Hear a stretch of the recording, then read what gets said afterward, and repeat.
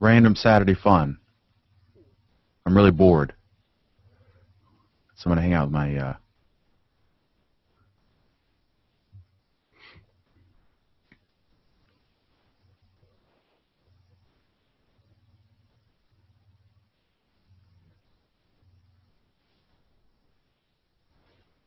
peeps.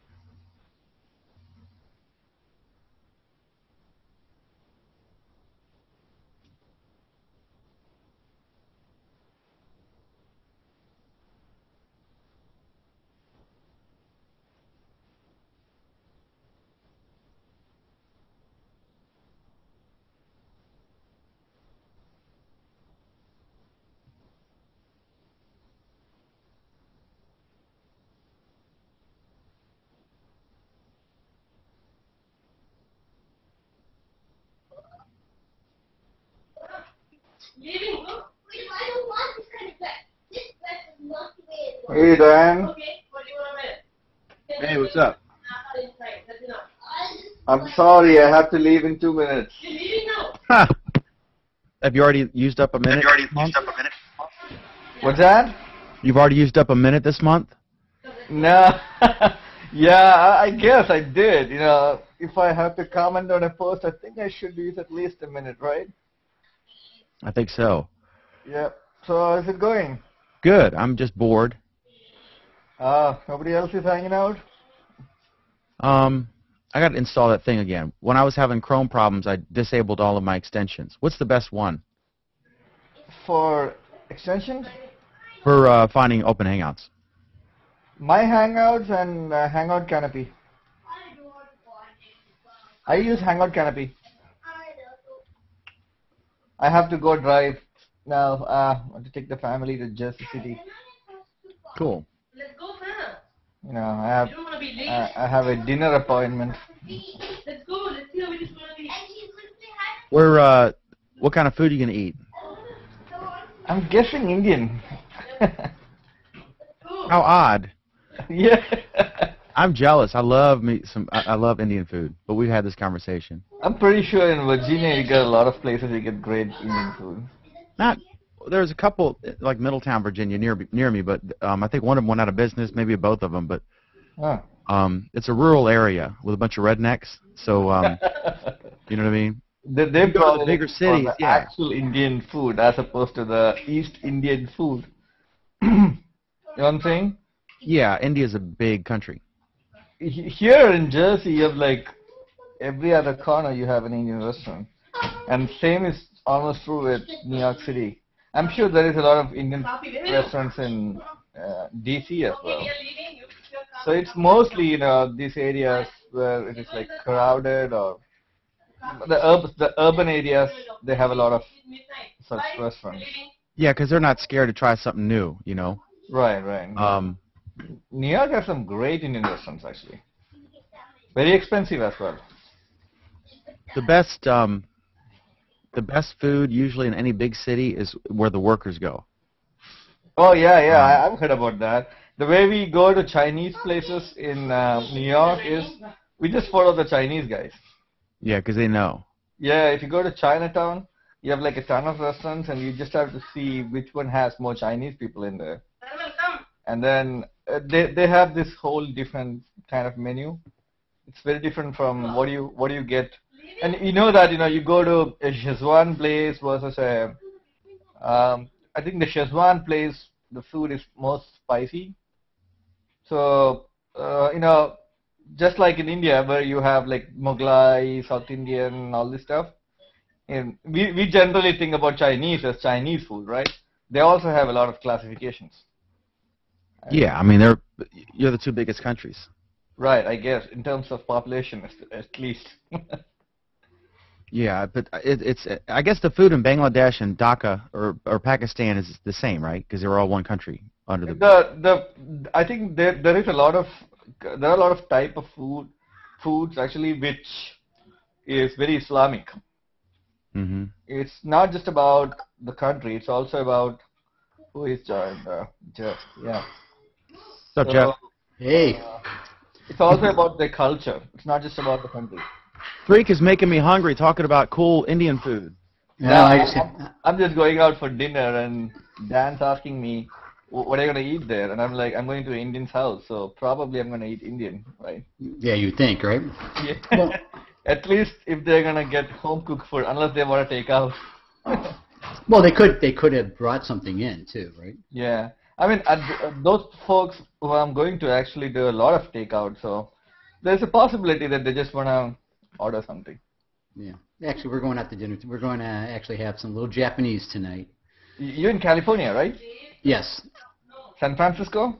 Right outside of San Francisco, like one exit away from San Francisco. So yeah. Oh. I was there a few months back. Oh, it's a beautiful city. Hold on. We lived near. 1 second. Anu? Anand Township vidna perunda? Salda perunda? Cupertino. Close to Cupertino, I think. San Jose? I landed at San Jose and then Sacramento. Sacramento. Yeah, we lived in Sacramento, and then there's a place called I forgot. Oceana? Uh, That's south. no. There's a place which is overlooking the sea, very foggy, close to San Francisco. Well, there's a lot of places. I'm trying to There's remember. Olima. No, this has the word ocean in it. Ocean. Praveen, Ocean Beach? It's facing the Pacific Ocean. Ocean City. Yeah, they have a great view. It's facing the beach, and the evening fog just starts coming in to the backyard. It's awesome. Yeah, we spent a week there, and I took a car and drove down. What's it? Route 1, US 1 or something? Yeah, Highway 1, yeah. Highway 1, yes. Yeah. It's beautiful. It's just like a great place to live. Yeah. Have you ever been to that? There's a hut where it defies gravity. Have you ever been there? The point. The Point, no, I know what you're talking about. Yeah. Yeah, It's like the mystery spot type thing. I The think mystery spot, yes. Yeah. Yeah. We had fun. That was our first trip to California. It was good. And then Must be we did a. Can you imagine, from San Francisco we did a 1-day trip to Yosemite. Yeah. Left early in the morning, 4 o'clock. Came back like 3 in the morning next day. I believe it. It's a 4-hour drive. Yeah, but the problem is, I am in the Eastern time zone. I don't want to move, right? So when I'm driving back, it's already like I haven't slept the whole night and I'm still driving. And Yosemite is not fun. You are walking the whole day in the valley. Right. But I have to say, it's a very beautiful place. Oh yeah, we actually got married there. Oh really? And I'm gonna keep going. I gotta go, guys. You guys hang out. I have to go. I'll be late otherwise. Enjoy your dinner. All right. You should take a picture with your phone and tell us what you're eating, and I'll do that. I'll post it. tantalize us with it. If it is something good, I'll take a picture. Okay. All right. Deal. You got a deal. Fun. So what are you up to today, Dan? What's your story? I'm bored, so I thought I'd hang out with my peeps. You're bored. Yeah. Hey, did you see where in the news there Warren Sapp filed for bankruptcy? Who? Warren Sapp. He was a football player, right, for the Tampa Bay Buccaneers. Oh. And was on Dancing with the Stars. He's on this NFL on Showtime and stuff. Guy makes $115,000 a month, and he can't survive off that. How does he make? Is he still playing? No, he's just a NFL celebrity at this point. He was a linebacker for the Tampa Bay, or defensive tackle or something like that for Tampa Bay Buccaneers. You spend what you earn, right? Oh, totally. I mean, that's right. So Hanson's in the lead at the Masters. Oh, I thought Nicholson was tied or something like that. Hanson's at 9 under. Wait for me, guys. Let's talk Project Glass. Jason Salas, excuse me. He wants to join in, I think. Man, Woods is just dying. Oh, yeah. What's the deal? I thought this was going to be his big comeback. It's a fickle sport, right? Nobody else to blame but you. Yeah, he's up 3 over. What the hell? There's no way. Yeah, but he's still is getting his endorsements back, Yeah. Slowly. Very slowly. So what did you? Craig was kind of interesting, wasn't he? Yeah. Yeah, he was a good guy. Very humble. Yeah. How did you swing that? How did you get that? I'm broadcasting. I'll tell you later. Okay. Oh, we're on air? Oh, that's right, you're on air. Gotcha. You had to sign your disclaimer before you went on. You had to agree to my terms and conditions. Yeah, right. I had to sell my soul. Yeah. Yeah. Give me all your private data and a hackable data. Good thing I'm wearing white today. Huh. Yeah. It's beautiful. We just got back from walking the dog, so it's pretty nice. Dario Machiavelli. Wow. Dario? That's a nice shot, Dario.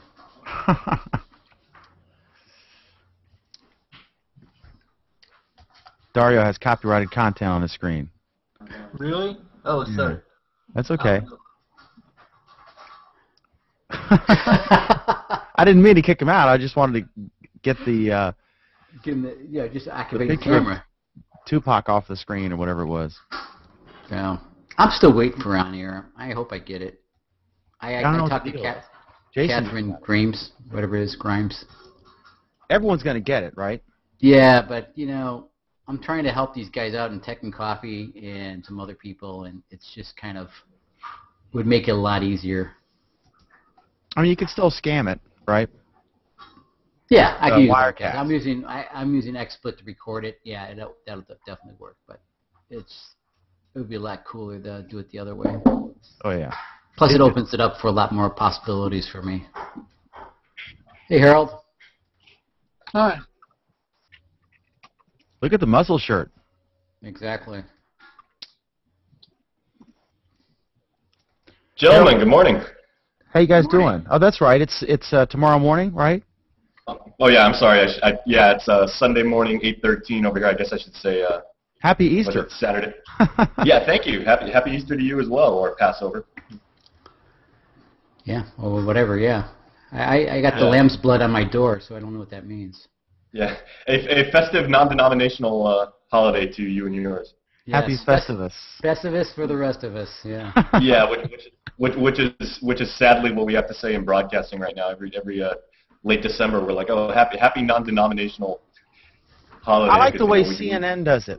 They'll CNN, which of course, I don't know, you can argue, but they're not hard right or hard left. You can argue where they are, but they'll do, they'll say like, Happy Hanukkah, and then in the next commercial break, Merry Christmas, and the next, Happy Kwanzaa, whatever. They'll just acknowledge them all. I think that's neat. Mm-hmm.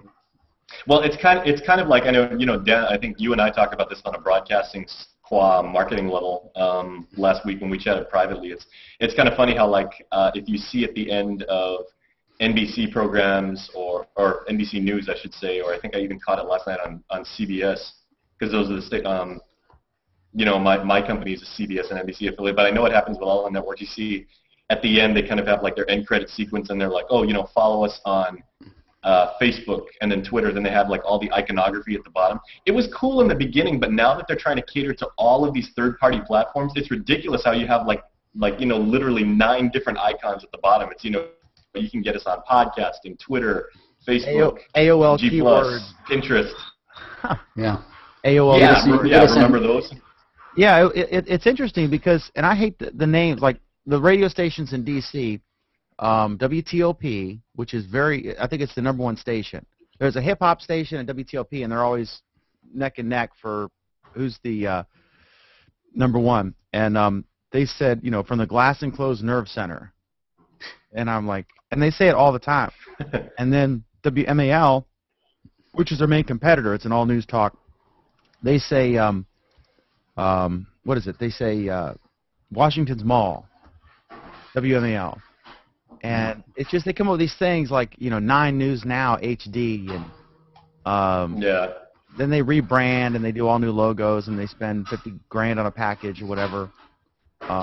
I don't know. It's kind of silly, I think. How do you have two affiliations? Isn't that a conflict? No, because they're on separate channels. Yeah. So because we're not an O&O, we're not part of a station group. I mean, we're way out here in the middle of nowhere in the Pacific Ocean and everything. So as long as you pay your affiliate fees and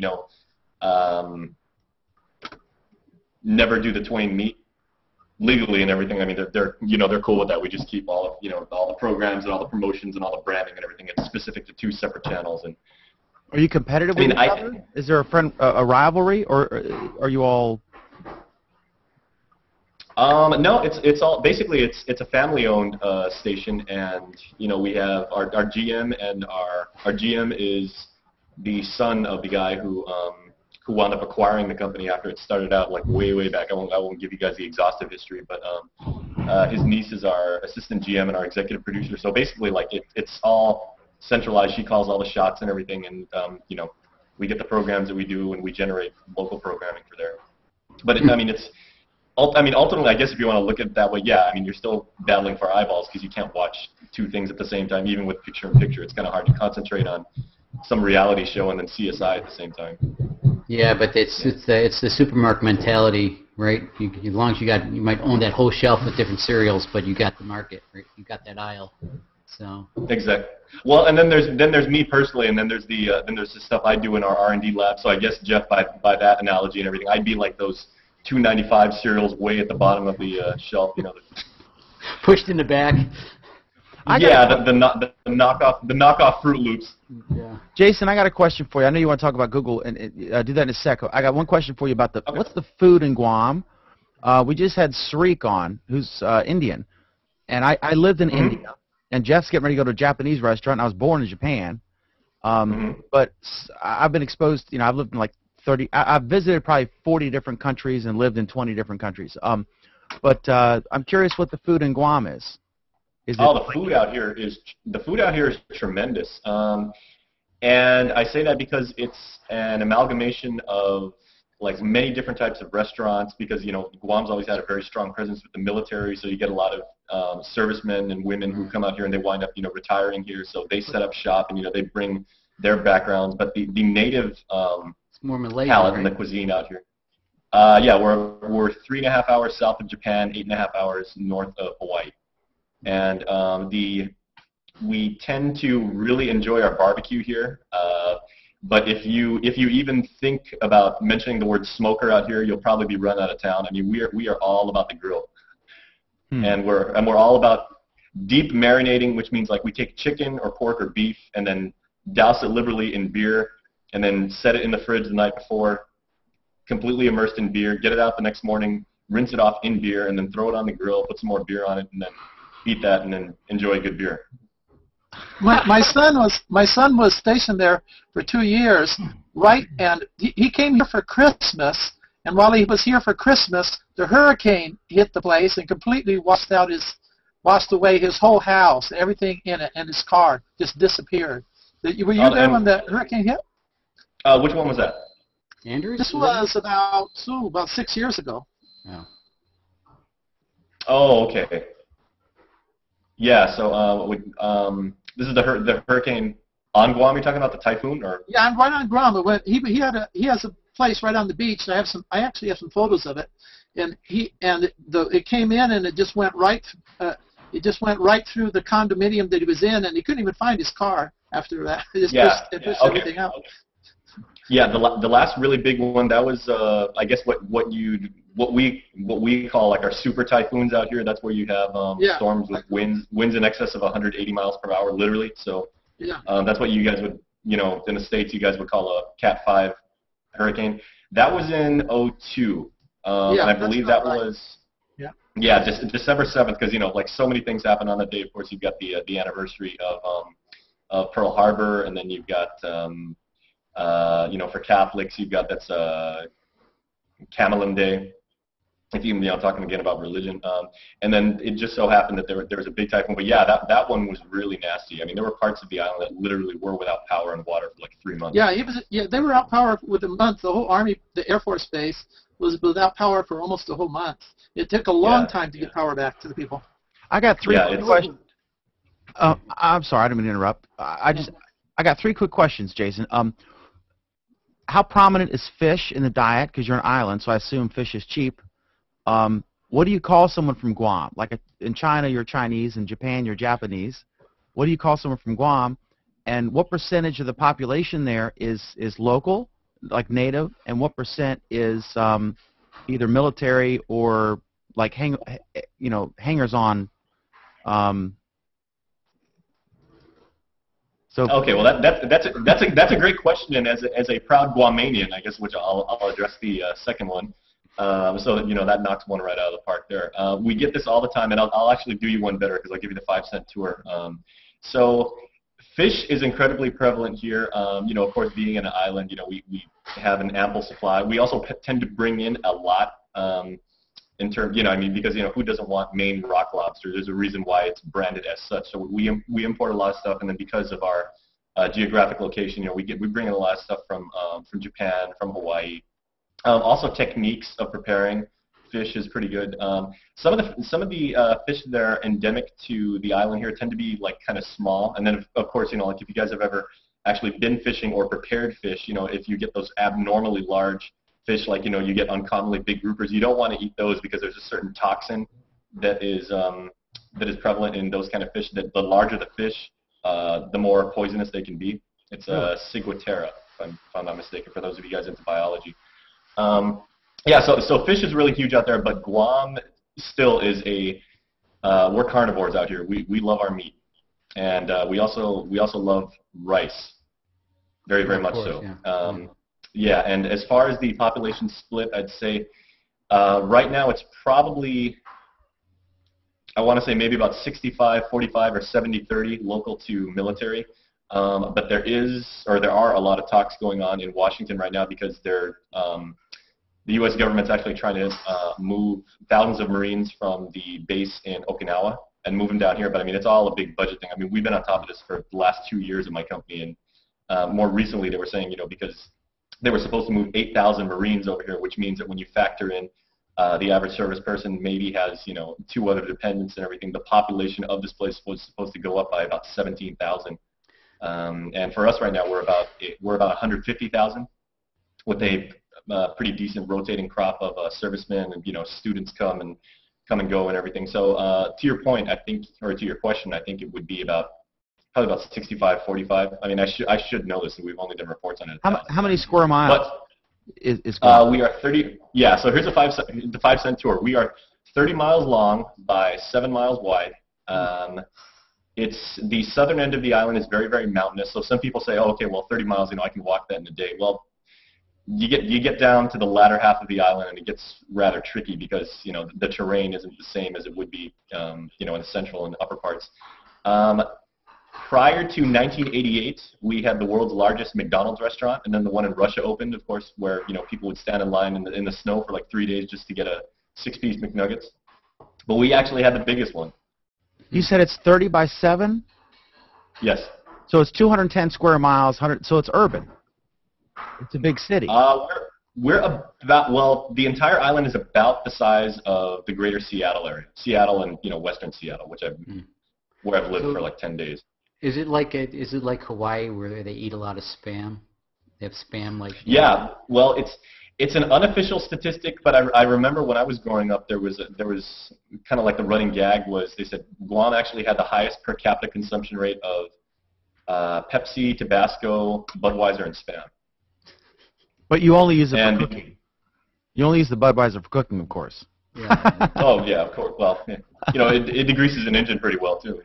Yeah. So does Spam. Yes. Yeah, but yeah. So Guam is basically like the island of Oahu in Hawaii and everything, probably divided by 10. I mean, we've got a lot of the same features. We offer much of the same things as far as tourism, as far as flora and fauna to the world and everything like that, just on a much smaller scale. So what's the problems that they have? There's a lot of expatriates there living there after they get very much just so. Stay. Yeah, okay. Yeah, and well, young military gentlemen especially have a tendency to want to re-enlist and stay here and everything because they love just the diversity of the women here. Right. On the mainland, like in rural Bentonville here, where I am, population literally like 700. The services are cheap. The stuff is expensive. If you go to a city, typically your stuff is cheap, your commodities, because there's so much competition and there's so much volume, but your services are higher because the cost of living in a city. Every locale is unique. What is crazy cheap in Guam? Like I imagine your indigenous fish. What's really expensive there? You know what I mean? Like some things are crazy. Oh, okay. Costs are. I'm just curious what it's like as far as living there. What you were shocked about the prices. Well, we actually don't apply a sales tax like you mainlanders would and everything. And as a kid, I lived in the States for a couple of years when I was a baby because my mom is from Connecticut and mom and dad met when they were both going to school in Connecticut and everything. So literally, if it were not for UConn, I would not exist. And so we lived out there. But when I would go back as a kid for vacations and everything, we'd go to like KB Toy Store, which for me was heaven on earth. And it used to blow me away how like they'd say, oh, GI Joes are like $5 each, so I'd have a $20 bill and I'd grab 4 of them and run up to the cash register, and she'd say, okay, $22.73, and here I am, like not really good at math anyway, and then just freaking out. Okay, so idiotic anecdotes aside, we don't have sales tax, but there is a duty that's already implied. So the cost of goods actually tends to be a little bit higher out here, just because they factor in shipping and they factor in logistics and storage and all that kind of stuff. As far as price fluctuations, things tend to be a little bit higher where I live, because I live in the tourism district. So I'm right in the middle of every karaoke bar, nightclub, bar, video rental place, and everything like that. Good restaurants. Where's this picture at that I put up there? That's Guam. You know where that picture is? You see that hotel behind me? Absolutely. I mean, I could walk there in 11 minutes from where I am right now. Yeah, that's where my son's. Yeah. That's where my son's house was. Right there. That's his house. Yeah, that's actually some of the more lucrative property. But yeah, I actually know that area well, because when we get particularly bad storms, because I mean, look at it. He could actually lie down, and if he stretched out his arms and his legs, he'd have half of his body touching his front lawn, and the other half would be actually literally touching the Pacific Ocean. And whenever we get really bad storms, even though that part of that exposure for the ocean isn't the one that hits the hardest and everything, you basically have Mother Nature like coming right into your living room, because I mean, you can see how close he is away from the ocean. Yeah. But yeah, that storms aside, which only tend to hit us like on a really bad level, maybe like every decade or so, that's actually some of the more coveted property, and usually it's the military that can afford it, because if you're smart and you're deployed out here, or you're stationed out here, I should say, you have like a crazy living allowance and everything, so you can afford the nicest places. Is the cost of living high or low? It can be high. It's a lot of fun if you're somebody in your mid-20s and you just want to kind of come out here and have a good time and hang out at the beach and have kind of like that slow island, non-rat race pace and everything like that. But it can be, you're not going to live the life of Riley if you just come out here and you're a recent college grad with debt and stuff like that. So it can be pretty high. Is the McDonald's menu the same? And then I'll shut up. I'm sorry. I'm just curious. Oh yeah, absolutely. Like in Germany, they sell beer. I mean, it's different. There are different products in different countries. Do they cater to the local cuisine? I mean, or is it the same thing? Do you have a dollar menu at the McDonald's there? Because they got to ship stuff, right? Yeah. Well, recently, I think the only thing that we have and it took McDonald's Corp, years to actually come around to this, but we actually have, there is rice served with certain entrees. At McDonald's, that's crazy. You should do a picture. Yeah. That would be very interesting to us. That actually would be Hawaii too, as well. Actually, you could almost do a page, a separate page about McDonald's in different countries, just like photos and stories. But yeah, that would be interesting to see rice, how they package it and promote it in the McDonald's way, and they're the best at fast food. I used to. I'm sure if you go on Pinterest, there's a page dedicated just towards that. McDonald's in Guam. Pinterest.com. So what's a typical one-bedroom apartment run for in U.S. dollars? Because we use U.S. currency, and depending where you get it, I mean, obviously, if you're closer to where all the action is in terms of the nightlife, and if you're closer to the beach, a one-bedroom or two, like me, I've got a real sweet deal. I've got a two-bedroom place for $775 with cable and water included.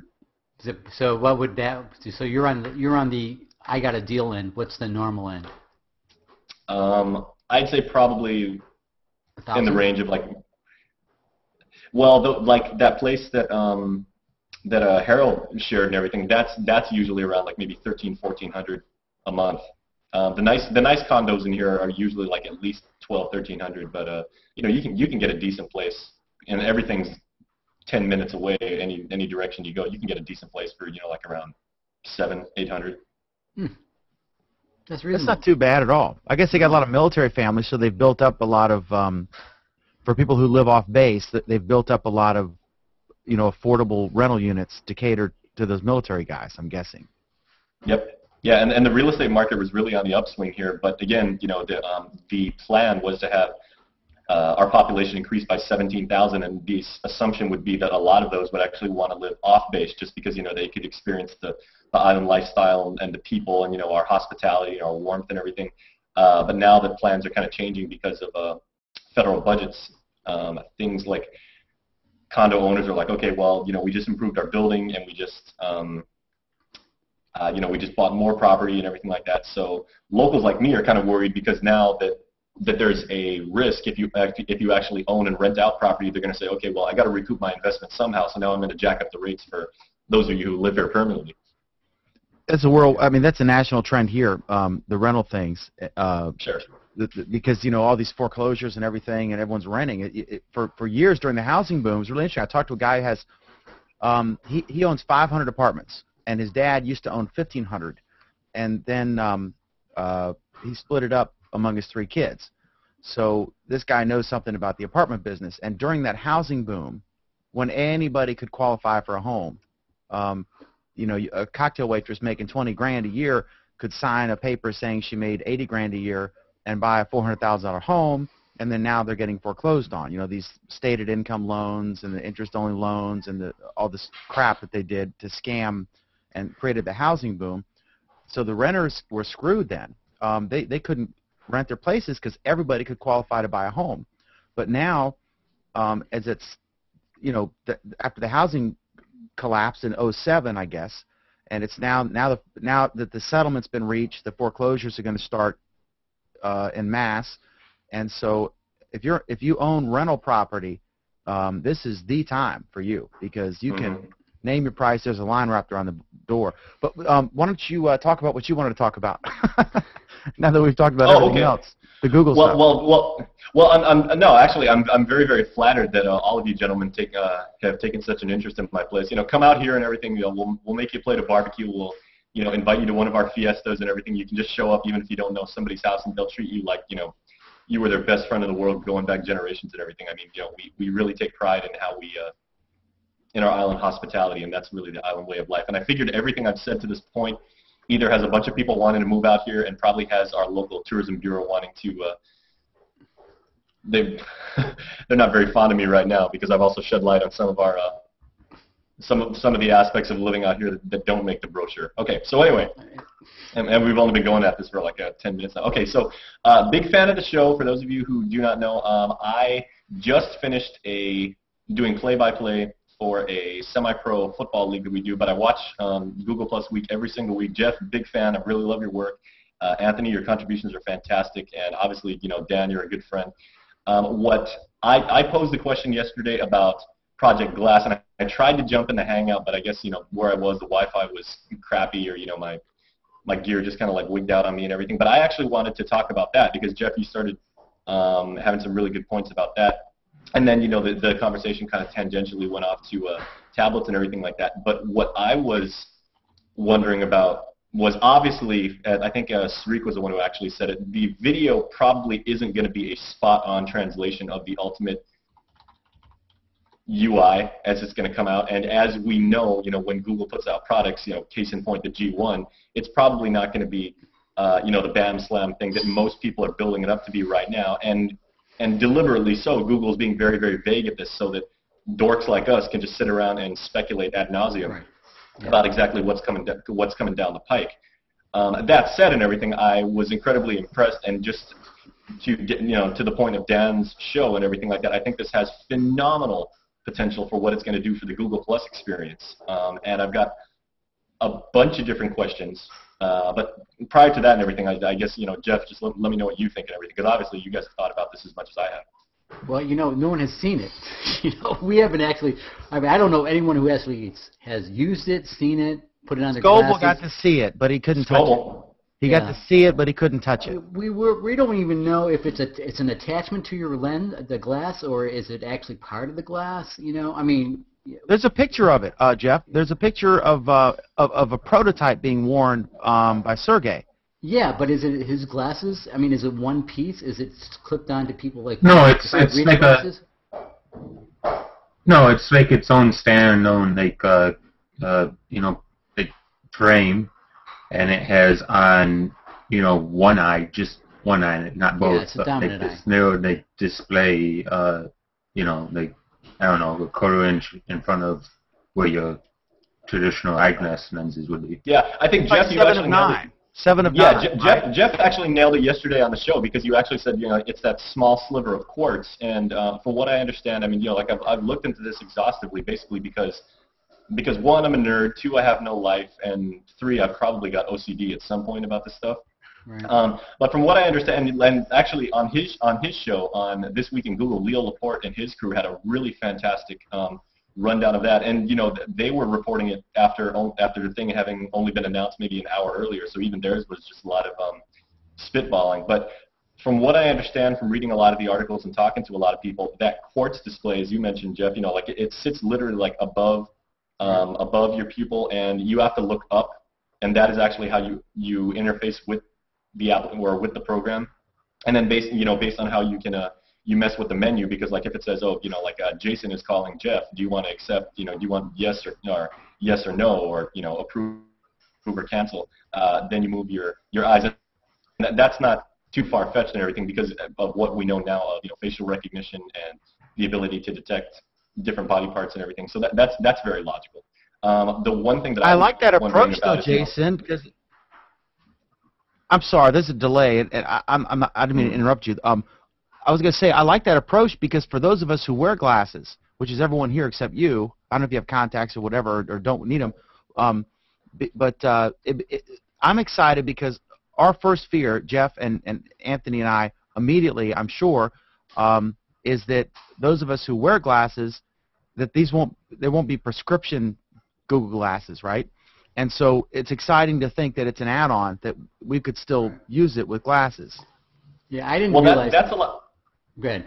I'm sorry, Jeff. Go ahead. Good. No, I was going to say that I did not realize that you could have that it was using the eye tracking software that basically is in these apps now with Google Plus, to register how you can actually interact with it. Do you think it's all tied together, Jeff?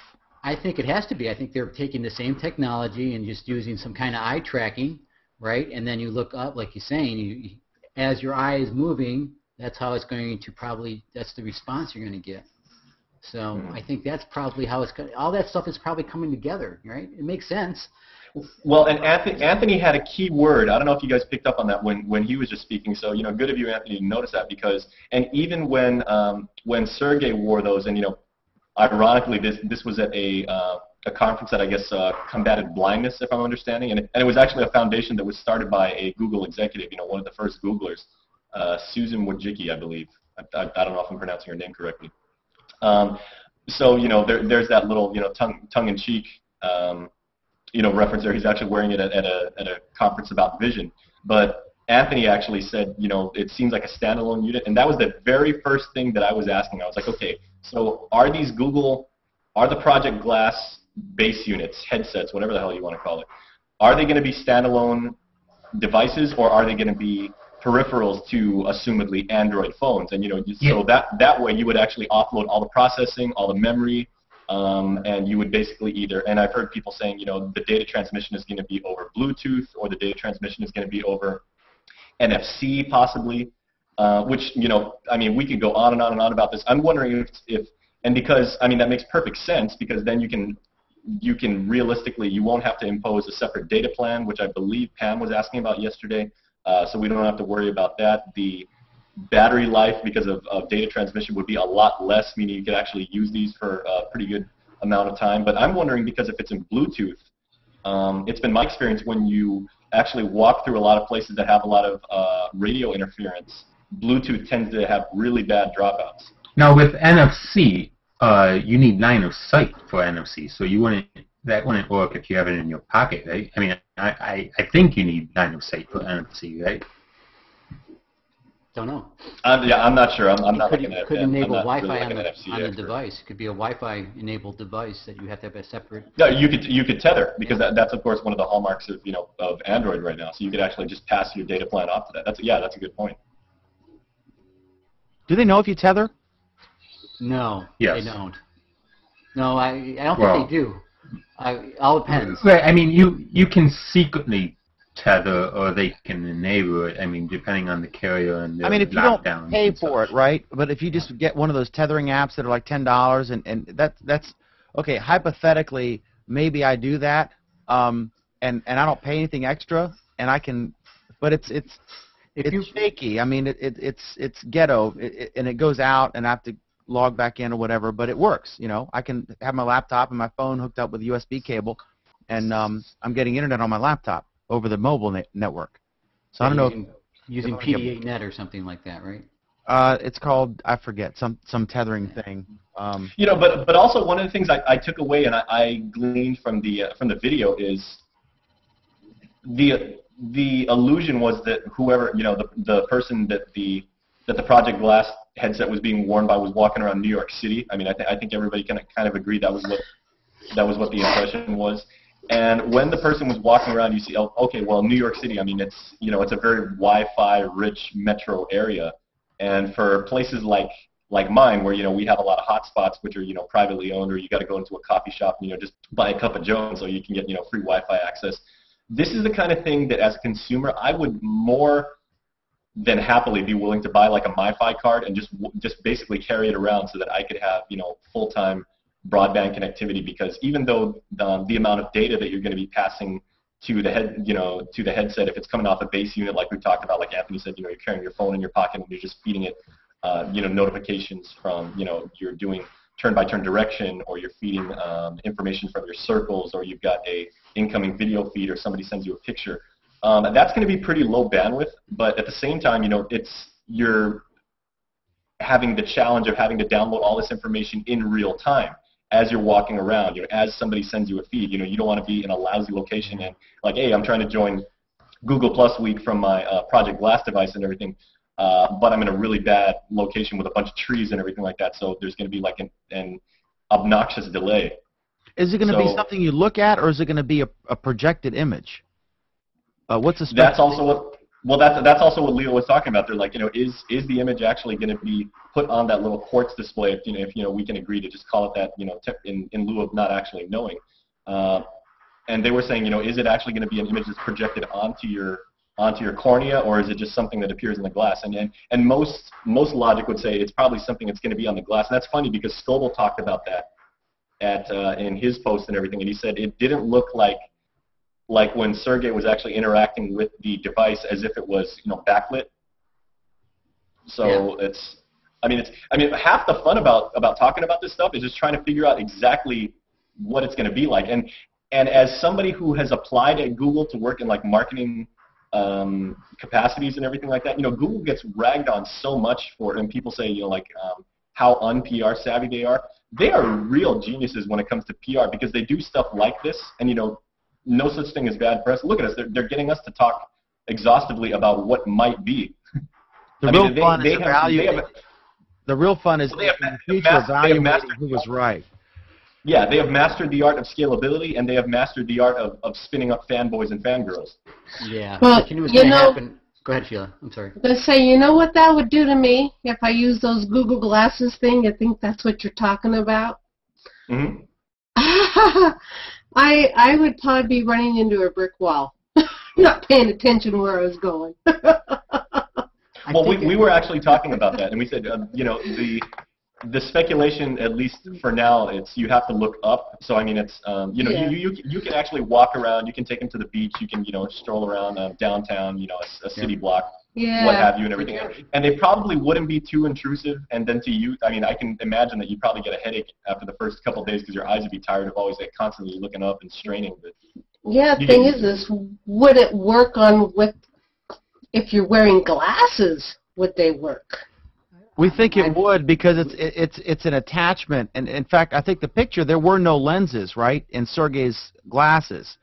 It was just this. It was like a glass frame with no lenses, and then there was this thing, and so we were excited because everyone here except Jason, you know, the athlete doesn't need, you know, we all need glasses. So I was excited about that, but the applications for this are amazing. Did you ever see that commercial? This is an early prototype, Jeff, and eventually it'll be a little tiny thing you won't even know. You know what I mean? There was a commercial about maybe 3 years ago. This guy sitting on this park bench, and he's going like this, sell, buy, sell, and he's, you know, all these pigeons are around him. He has an application that's running on his glasses, right? And he's talking about trading, and she's trading stocks, and he's in a park, sitting on a park bench, and that's what this is kind of turning into, right? The idea of something being displayed on your in your peripheral that you can interact with, and people will think you're nuts, right? So walking around in public. I think I'm not going too far out on a limb to say that. I mean, I turned 38 this month, and I'm probably the youngest guy in the room here. Yeah. Well, I don't know. No. I don't know. Oh, okay, well. I don't know. She was pretty young, so. I'm 29. Yeah. Okay, and we're all compulsive liars too. So, but I'm old enough to remember. I think it was in like circa 87, 88. Yes. It was like circa 87, 88 that AT&T had a series of, they had a an ad campaign that ran, and Tom Selleck did the voiceovers for it. And like, if you guys remember that, he said, you'll soon be able to talk to a cash machine, before we called them ATMs, with your voice, or you'll be able to turn off your lights while you're on the plane, or you'll be able to do video conferencing, stuff like that. And at that time, everybody was like, okay, well, that's all Blade Runner stuff and everything, and everyone was like, yeah, whatever. But a lot of that stuff has actually come to fruition, like in the last 36 months. Yeah, they just rolled out the first flying car. Here we go, right? So, we're set to go. No, but it's also interesting, because I would say just don't put too much stock in all the images that have come out about the Project Glass prototype, because again, Google has even admitted, they said we're actually testing a lot of different design prototypes right now. The one that's making it out is obviously, they're doing this in a controlled, managed, phased approach. So, I mean, they don't want every single image going out there. I mean, I think the only images, if you do a Google image search for it, are going to be that one of that real pretty girl wearing it, with a big smile, and they've got a couple staffers or some black and white photos, and then Sergey himself wearing it. Yeah. Now, as far as I'm sorry. Go ahead, Anthony. As far as the display goes, with the display sitting relatively so high up, and everyone's suggesting that you have to look up in order to look at it. Based on the video that they showed, it almost has to be a projection, doesn't it? That way, it fills your entire field of vision. No, because what happens is if it's on your dominant eye, right? It can actually it'll trick your eye. Because you ever see those? I think Sharper Image used to put out a set of glasses video glasses that would be a virtual 60 by 80 screen or whatever it was, and it was. I think it had to do with the ability of just being so close to your eye. It's taking up the whole entire field of vision, right? Or something like that. It just tricks your brain. Right? Mm-hmm. It's a trick. It's a trap. But I'm going to do a little quick Google search on it again and see if there's anything else that came up on it. Why don't you share, for anyone watching, why don't you pull up that picture, Jeff, and of Sergey actually wearing them, and share that, and we'll put that on the primary screen so people can see. Yeah, it's only in like a billion different places on the internet today. But okay, now that Jeff's back now that Dan's back, and while Jeff's searching that, I also posted yesterday, and I said, for those of us who are developers and those of us who build applications, one thing I'm also really keen on wondering is how Project Glass will ultimately fit into the Google, and specifically the Google Plus ecosystem, as far as it being platform, not product, right? Because that, of course, is, that's the ultimate. George, I was on that note, I was looking at the comments on the player here, and George Cozy in the Netherlands, who's watching, he said he thinks it's going to be an extension to the Android phone, which would make sense, right? And maybe Motorola could put out Facebook device as a peripheral. Something. I mean, Motorola could manufacture it, right? But if it were part of Android, because I mean they're going to push Android, right? And then his last comment: who said that quartz would be fixed? Perhaps one would be able to lower it a bit. Oh, never mind. Okay. So yeah, it looks like they're on different. Okay, I got it here. Okay, I'll start the. Here's Sergey. Right? And he's not wearing glasses there. Do you see a reflection on his eye? It seems like there is one, right? Let me lock him in on that picture there. Because there was some speculation. Scoble said it seemed like there was actually light coming from it. But light comes through it though. It looks like it's a quartz thing. You know. Yeah. See, so there's actually no. The only thing you're seeing right there, if you look at the for him, what would be the right part of the bridge of his nose and everything like that. All there is like that little bit of glass there, and you can obviously see the camera. And all it is just the it's just a frame. Yeah. And it has that there. But even Scoble was saying in that post, if that's the one I believe you're on, Jeff, that And here's that they a couple said other ones. Yeah, he said he understood that to be a, let me see, I know I quoted this. He said it appears to be a self-contained unit, meaning that he couldn't see, there were no wires, he couldn't see if there was a base unit, which may meant that Sergey just had, his phone in his pocket. It looks like an attachment to go on existing glasses, which would be great for those of us who wear glasses. Yeah. And there's a... Yeah. Okay, well here's the ultimate thing which is going to influence the design philosophy. How many of Google's upper echelon actually wear glasses? Because that's going to, okay, Eric Schmidt wears glasses, Vic Condotta wears glasses. Probably a lot of them do, if they're staring at a monitor all day, even if they don't wear them publicly. Yeah. Just like when I do my show, I put contacts in. But I hate contacts. But because when I'm on a chroma key screen, Jason, when I go like this, let me put myself up. Where's my thing here? I wear contacts when I do the show because if I go like this little thing here will break up in the chroma key, and it'll be like half here and half gone. So I have to I have to do the thing and but a lot of folks when they go on TV, they get their teeth whitened and the makeup and put the contacts in and all that stuff. So probably more of them wear glasses than we think. Eric just doesn't care, He's like, what's up? Okay, well, I want to kind of belabor this point a little bit, the thing about development, because I'm really curious to see if Project Glass will have, again, its own dedicated set API, or how I'm more just curious about how they're going to integrate this. Are they actually going to say, this is part of the Android development, and then, and then ostensibly the iOS development philosophy, where you actually build an application that runs natively on some sort of smartphone or a tablet or a device and everything, and then you can shoot it out to the Project Glass headset as a peripheral, or is this going to be part of the Google Plus API naturally, or how's this whole thing going to fit in, or will there just be some maybe some feed that I can tap as a developer, or an API where I can actually read in updates? Because I'd like to see as a developer, I mean, Google's, of course, we all know they're going to give us like a whole universe of really cool stuff as far as, the turn-by-turn navigation and, the video integration and taking images and working the whole multimedia end to that point. But what I'm really wanting to know is, can I build separate services? So if I'm walking around and I've got a little bit of coding know-how and everything, can I actually run a stock ticker for myself, or can I get updates on the ball game that I'm trying to track, or can anybody else, and then can I subscribe to that?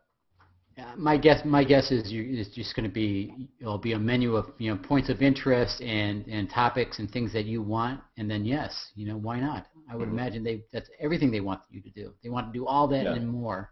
Well, the question is it an Android device? Is it just a Bluetooth Android device, or is it something else? Because if it's an Android device, then you could write apps for it, and like there's so many applications. I mean, it's going to be huge because, for example, Jason, what if I could watch your news show on the glasses? What if I were a digital subscriber or whatever? I could watch your live stream while I'm walking down the street, and I could catch the weather forecast or the news or whatever on my glasses as I'm bumping into the light poles. Check this out. Look at the screen here, right? Can you put it back on for a second? Yep, you're on. Yeah, this is the part with the Hangouts. Yeah, he's initiating a call and a bit I hope I don't get in trouble for this. No, I don't think so. It's a Google thing. It's public.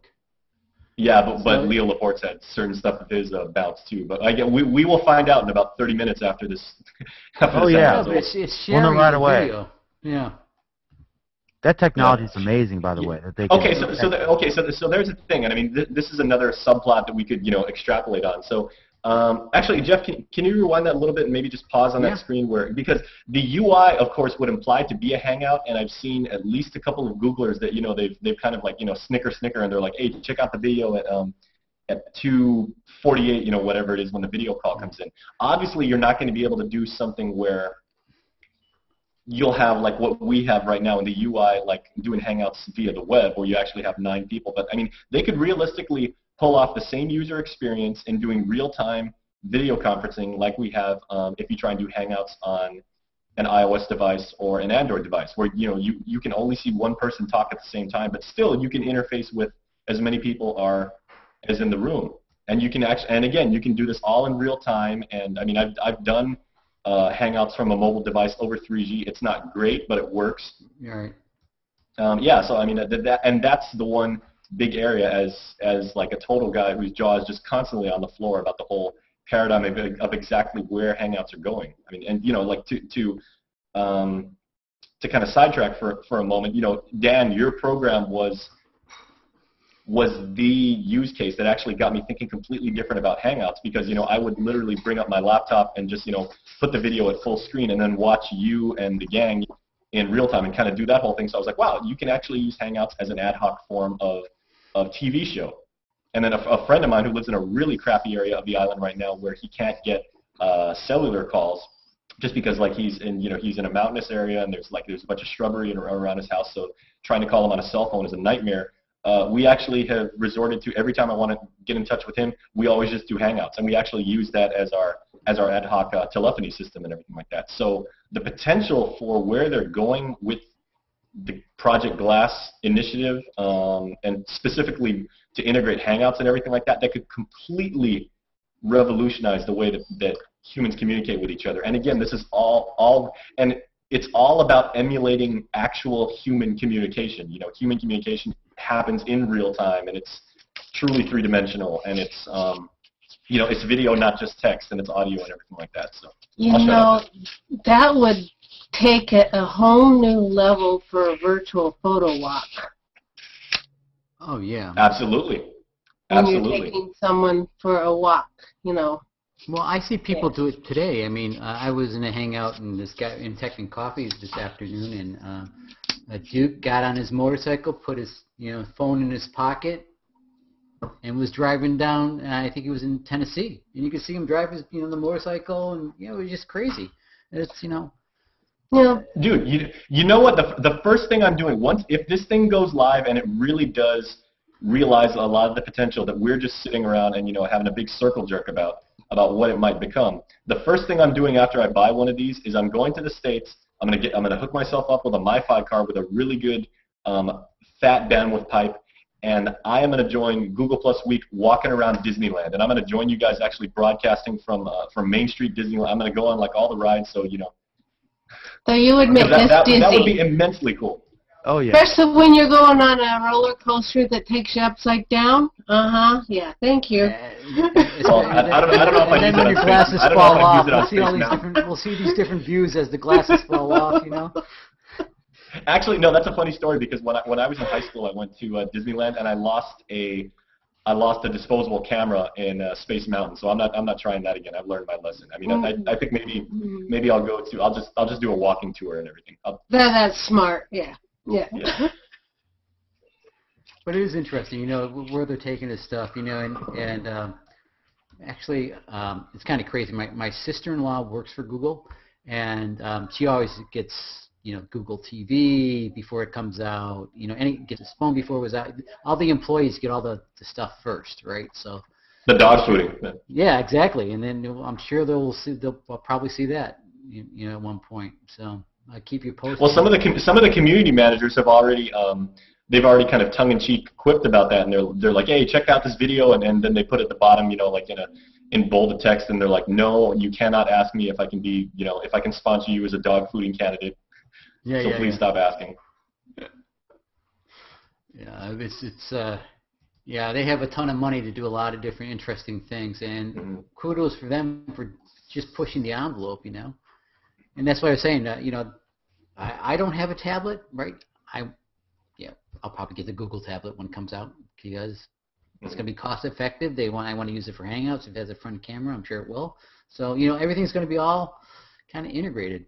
That's where it's all going. Yeah, I really wish Alan was in this Hangout right now, because I would love to hear his take on the application development angle about this, and where we could possibly be going into. Furstenberg, where are you?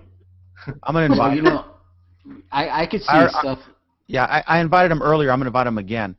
I could see. I could see where the Google ad starts coming in, where you want to get coupons for where you're next to a coffee shop, or it pops up, boom, and use this code to get free, 20% off for this. And well, exactly. You could realistically take this to places that Foursquare never could before. Right. Oh yeah. And what everybody envisioned Foursquare ultimately becoming before, it was kind of, an afterthought, and people started checking in. It's like, hey, Jason Salas has walked 5 feet from his original position. He checked in at his couch from his love seat, and then it got just really ridiculous. I wonder if they were inspired by the original Justin TV, the Justin guy who put a camera on him, and he was broadcasting 24/7 his whole life, and that's how Justin TV started. And I bet you in the last 48 hours, Zuckerberg has assembled a Facebook glasses team. Because yeah, no. It'll be called face glass or something, Yeah. Here's an interesting angle about that, because of course, Dan, you're a big you integrate the Justin TV product, with your show and everything like that. Let's talk about exactly what this is going to do, and I think you were one of the first to break the news when you had that really wonderful interview with Chi Chu, the benevolent father of Hangouts, on your show. And he actually said that, the ultimate plan is to make sure that everybody on planet Earth has Hangouts on air access, so everybody out there can essentially become a real-time broadcaster. Once that is in wide deployment, and theoretically everybody out there has the ability to broadcast anything from anywhere at any time over a great variety of devices and everything, what is this going to mean for that little subset of the market, like Quick and like Justin TV and like Ustream, and for that corner of service providers and everything, who have staked their claim on saying, okay, well, we're gonna be like the live streaming providers, because YouTube is like the king of the archived content. We're just going to concentrate on live. This is going to completely blow those guys out of the water, right? Well, it depends, because right now it's in its infancy, so we'll have to see how it evolves. And what's exciting is there's so much competition going on right now. I mean, with Justin, I use Justin because I don't have a real API. Like, I can't even. Everyone hasn't adopted. Everyone's not on the same page yet, because it's still new. Like, we can't use Wirecast. If I could use if I could get the same quality show, like if you look at the Justin show versus the YouTube version, there's a dramatic difference. The live Hangout on Air is behind the scenes. Like, you'll see me with a chroma key screen behind me, and you see all these things on the screen.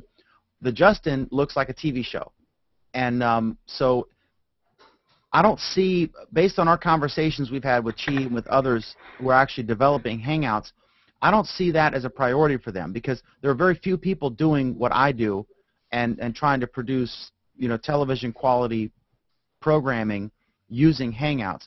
Hangouts are a tool. It's mainly for people to talk to their family and friends and have a casual hangout, not someone who's looking for a slick production. And I don't think that they're emphasizing that. And I'll throw it to Jeff in a sec. But we'll see how it goes. Obviously, anytime you have a service that you're offering either for money or for free, if Google comes out and decides to enter that space, that's a problem for you, because they're really good at that. Like Umail versus Google Voice. I mean, why would anyone pay for Umail when you can get Google Voice that does that and more and gives the transcripts and everything for free? It's fantastic. So, yeah, I hear what you're saying, but I think the competition is the key. I think that everyone's innovating. Just like I made that crack about Zuckerberg's probably got a Facebook glasses, team already assembled in their new office building. But really, that's probably true. There's so much competition; they're always going to try to one-up each other. And then the public acceptance is a curve behind. Just like right now, I mean, we know Google Plus is amazing, and I still get people saying like, is it going to last? Are they going to shut it down? You know, and I'm like, no. So it's I don't know. I mean, I'm going to continue to look at all the options and adopt whatever enables me to put out the highest quality thing. Like I just got a teleprompter, which enables me. I mean, that's a whole thing, and I want to talk to. I want to go to Jeff, and we'll finish this. But I want to get your opinion on. And Jeff, you've probably done the same thing I did. I was looking for teleprompters, minimum 500, 1,000 for a halfway decent one, 4,000 for a real one, like what Jason would use, or Sarah or whoever. I think there's a huge market as video is massive for like a $99 teleprompter that you can buy, and it should. I mean, I had a guy build one. It's fantastic. I did it with Craig from Craigslist last night, and if you look at the intro, I'm looking at the screen and I'm reading the copy, because I am a radio guy. I'm a karaoke guy. I got to have the song lyrics in front of me, or I'm going to say I can't wing it when I'm trying to deliver prepared, thought about previously notes on a screen. So this allows me. That's the difference between like someone who's so great, like a Rachel Maddow or Bill O'Reilly, at talking when they're looking at a teleprompter, but there isn't one that's affordable for the teenage kid or for the casual YouTuber. And I told the guy who made mine, I said, you ought to put these together and sell them for $100, because it was like $30 in parts and a few hours labor. And if you could get patterns down and stuff, I think it's a huge market for that, because videos getting bigger. But and I'll throw it to Jeff next. But Jason, I think, in my opinion, the reason for the impetus for Hangouts on Air for everybody is because what the end result is, YouTube is a profitable company, and anything they can do to allow you to create content that is a draw on their network adjacent to their ads, they're going to do. Because all the stuff, like right now, we're sitting here having a tech conversation. George just joined us from the Netherlands. All you guys, you're in Guam, California, New York, everywhere. And I'm creating content because I'm going to post this, and people are going to watch it, and eventually they'll have ads next to it. So anything they can do to get, it's like Huffington Post on steroids. I mean, they're allowing Joe Sixpack, the masses, to create compelling content, and the best content will rise to the surface. And so that's what the Hangouts on Air is about. They're going to unleash their entire user base to be able to create content that they can monetize. And I think it's genius, because it's great for us because we have a free way to do all these cool things, and it's great for Google because they can pay the bills. So those are my thoughts. Jeff? All right. Yeah, one quick thing. I agree with what you're saying about the content. That's obviously that's what they want, is the content on YouTube. But I do think it's going to hurt Ustream, Livestream, and all those other content delivery networks, because right now I can do a chroma key behind me. I can do 3-camera shot, right into the Hangouts. I can do I can do these transitions. And once the Google Talk plugin, gets permanent in terms of its stability, because they keep on changing it, the other software broadcasting systems will just interface to it. Right now, VidBlaster interfaces to it. I have to interface right now, currently, through Webcam Max, but I'm almost there. I mean, I could do anything I want to do. I could play a movie in the background. I could do whatever I want. I can put my own twist on things. I have lower thirds. I can take them away. So all this stuff is going to be broadcast quality. You might not have the high definition quality, right?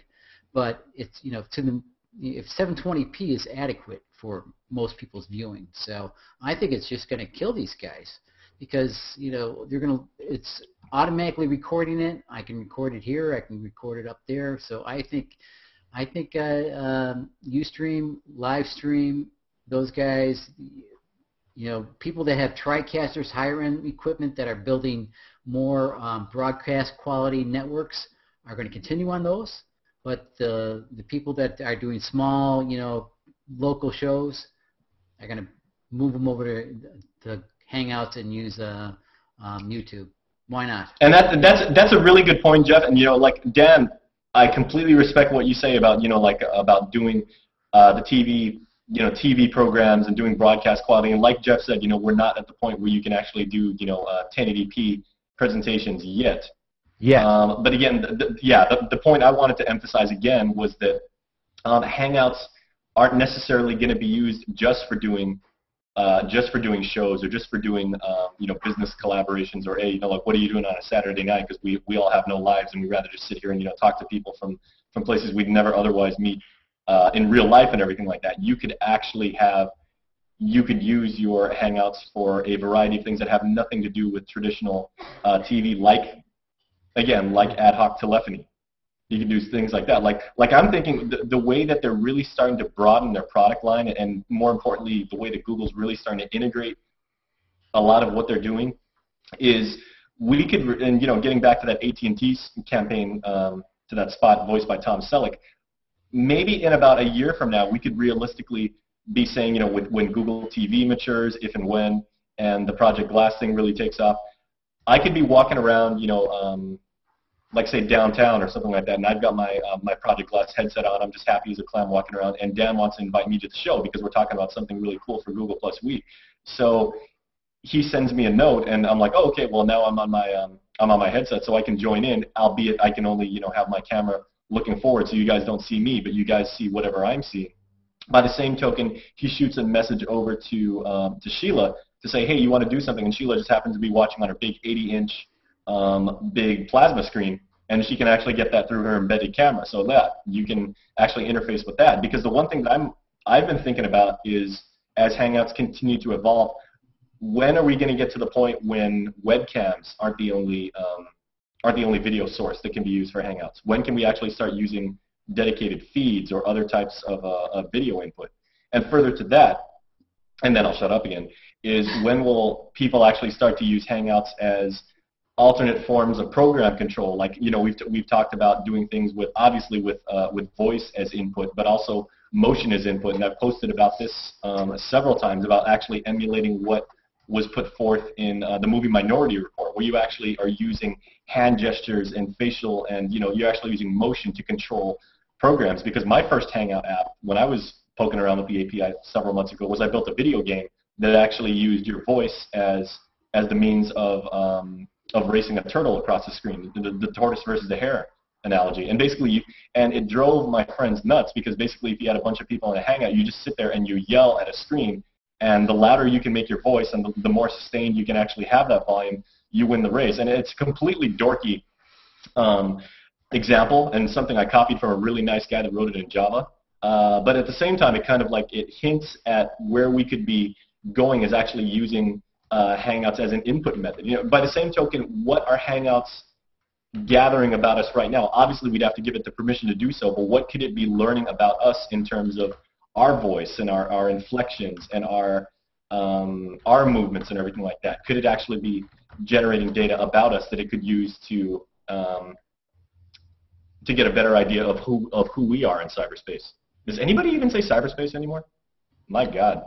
Nah, I think I stick with Al Gore's information superhighway. Thank you. Yeah. It's a series of tubes, Jason. Yeah, I just had a long rant that I completely just annihilated by being an absolute idiot at the end. So.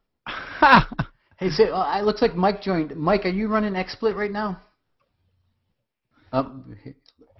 No audio. We don't have your audio.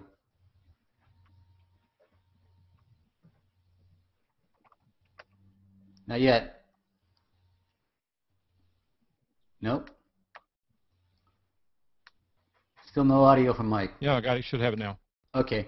Are you on XSplit or? No, I'm curious why you ask. I was just thinking that I thought you might be running that at one point. I don't have very good luck with XSplit. Okay, you running Vid Blaster or anything? No, this is just the webcam straight into the computer. Okay. And I was going to ask you, what are you using to switch? I'm using XSplit into Webcam Max. Okay.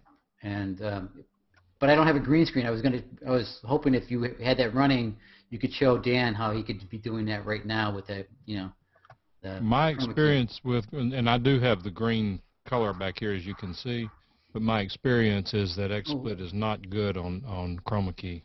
Hold on, let me try this. I'm going to chroma key you right now. Let's see if I can do you. Oops. Hey, sorry everybody. It's been absolutely fun, but I got to run. It's Easter Sunday here, so I've got to. Can I ask you a quick question, Jason, before you roll out? Oh, yeah, absolutely. And then we'll do the experiment with the chroma key. A Barry Diller's thing in New York, where he is got, I forget what the name of the company is, but there's lawsuits between the local stations or whatever. Basically, he's setting up little TV antennas in a good spot to capture the on-air broadcast, and he's feeding it over IP to people, and he's going to charge them a monthly fee, right? And they're suing because they don't get, because they're saying it's a new method of delivery, and they want their, X dollars per month per subscriber that a traditional cable company would get. I'm curious if those similar agreements, carriage fees exist in Guam, and I'm curious what your thoughts are on that, if you've heard the story. I am completely unaware of that. Look it up. It's really interesting, and let's talk about it sometime, because it's... Yeah, if you'll let me do that, let me look into it and everything, because I don't want to talk about something I have no idea about. So. I've done that enough already. Just Google Barry Diller, and you'll see. It's a really interesting thing, because because you have the legal right. Barry Diller's argument is, and you don't have to answer because you may not be able to. I don't know, but Barry Diller's argument is you have the right to monitor the free on-air broadcasts, and the stations don't pay anything for the license. I mean, they pay like a maintenance fee, and but it's a small potato. It's a few $1,000s, and it's worth millions and millions. But there's no like annual license fee. In exchange for that, they broadcast the signal for free on air. So if you have an antenna, you can pick up the TV station for free. What Barry Diller is saying, and the law also says you're allowed to have a remote antenna. I could string a cable, 7 miles away, if I paid the landowners, or arrange for that, and have my antenna there and had a long cable to my house. So what he's saying is it's the same thing. Each person has their own dedicated antenna. It's really interesting, his argument versus theirs, and but yeah, because it's going to start in New York, which has apparently has horrific quality on-air reception. So yeah, check that out, because that'll be interesting to get your take on that. Unless let me look into that. I'm sure my executive producer knows way more about that than I do and everything. But I'll check into that, and I'll follow up with you guys. Awesome. Good talking to you, Jason. Okay. Hey, yeah. Have a wonderful weekend, everybody. Thanks for the chat. Happy Festivus. Right. Yeah, Festivus. So if we had George's back key to, lighting a little bit, I could almost do it from here. Let me see if I can turn the light on. This is not an advertisement for this whatever product you're using. It's been free up until now. Yeah. So Jeff, that's pretty freaky. I'm surprised it's working so well with the secondary, secondary video feed. Yeah, I'm gonna have to. I could dial it in a little bit more. Because I didn't have the lighting right. The lighting wasn't right. But yeah, you could probably do it. For folks watching, I'm going to switch. This is the original. This is actually, I'm clicking on Mike Phillips there, and then I'm going to click over to Jeff, and we'll compare. There's definitely some quality degradation, but I'm amazed that it looks as good as it does, given that you're capturing his feed and resending it, so it's being reduced in quality twice. Yeah, and I'm not really dialing it in. I would have to dial in a little bit better, but not bad, right? But what's so strange is that with Wirecast and some of the others, and particularly with TriCaster, they can pop it right in. I've had them do it, even when on the secondary stream. Yeah, well, I would have to dial it in a little, see if I can dial in a little bit better. I've tried dialing it in with mine, and I just haven't had good luck. But if I can see any fringing at all, I just won't use it. What's interesting, Jeff, is that one of our guys on our Sunday morning show also, he actually uses chroma key with XSplit with a backdrop, but he uses blue, and for some reason that seems to work better than green with XSplit. So that's about as close as I can get right now. Yeah, that's not bad. You can see the fringing around the chair and so forth. Yeah, but yeah. Makes me look like I haven't shaved. Oh wait. Yeah. It's doable. You're saving it to shave before your big Sunday show. Yeah, there you go. I hate All right, I'll take that off. But I just wanted to show that it is possible to do some of this stuff. And I mean, if you had the right lighting, and if I dialed it in with my camera, I don't think you'd be rather surprised. So there's software out there that can do this stuff. So, anyways, that was my point. Mike, are you doing the show tomorrow? And yeah, we do it. Oh yeah. Okay, so what for anyone watching the broadcast, what is the URL, and tell us about the show and what time it comes on and time zone and all that stuff. Starts about 9 o'clock in the morning Eastern, and it's at computers2know.com. Computers2know.com, not computerstoKnow.com, computers2know.com. And it started out many years ago as a radio show, 1993, as a way to help people with their problems with their computers. Over time, people quit having computer problems, I guess. So the show has sort of morphed into a technology roundtable. In fact, it's probably, in many ways, because of the number of people we have involved, it's an awful lot like a Google Hangout, and that we have multiple people with Skype, we have voice participants, telephone participants, we have people from all over the world who participate, and we can talk about anything from like tomorrow, there will be a discussion on Apple malware that hit this week, and things of that nature. We've talked about SIP-to-SIP connections. We've talked about how to reclaim a defective hard drive, all sorts of things. If someone has a problem with a computer, we'll talk them through it. Those calls kind of go to the top of the list. But it's computers2know.com. Click on Watch Live. When you do, you'll get a pop-up asking you for your name to participate in chat. You don't have to pre-register. Just type a name or any name in there, and you'll be right in. But it starts at 9. It goes to typically about 12:45 or 1 o'clock Eastern, although a month ago it went till 3 o'clock. Wow, I thought I was stretching it late. Yeah. Well, it's, when you're having fun, you got nothing else to do, what's the big deal? Is Bruce still a regular? Yeah, he's actually a co-host now.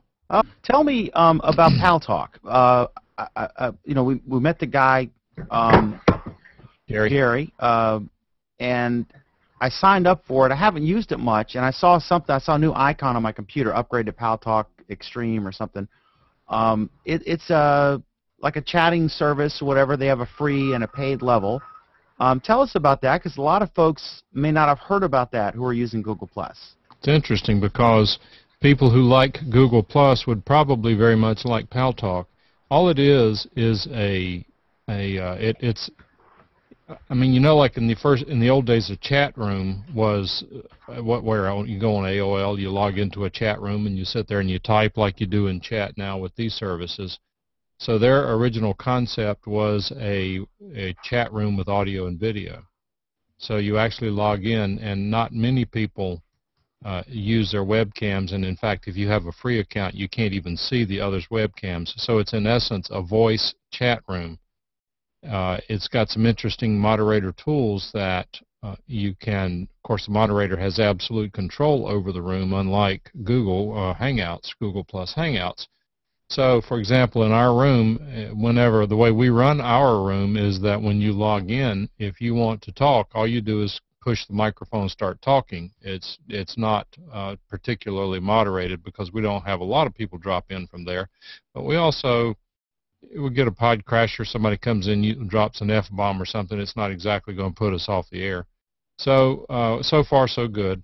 People are allowed to participate. Because we have a paid upgraded room, we have two-way conversations, which means that we can actually broadcast it like these conversations. We can broadcast into the room 24/7, and the participants can also talk into the room while we're talking. It's called a multi-mic room, which we have. As a free room, you can't get that. Under a free room, you have to do a push-to-talk, such that, and if you go in there and listen like into some of their computer tech rooms, once I'm done talking, I have to release the mic, and then someone else can talk.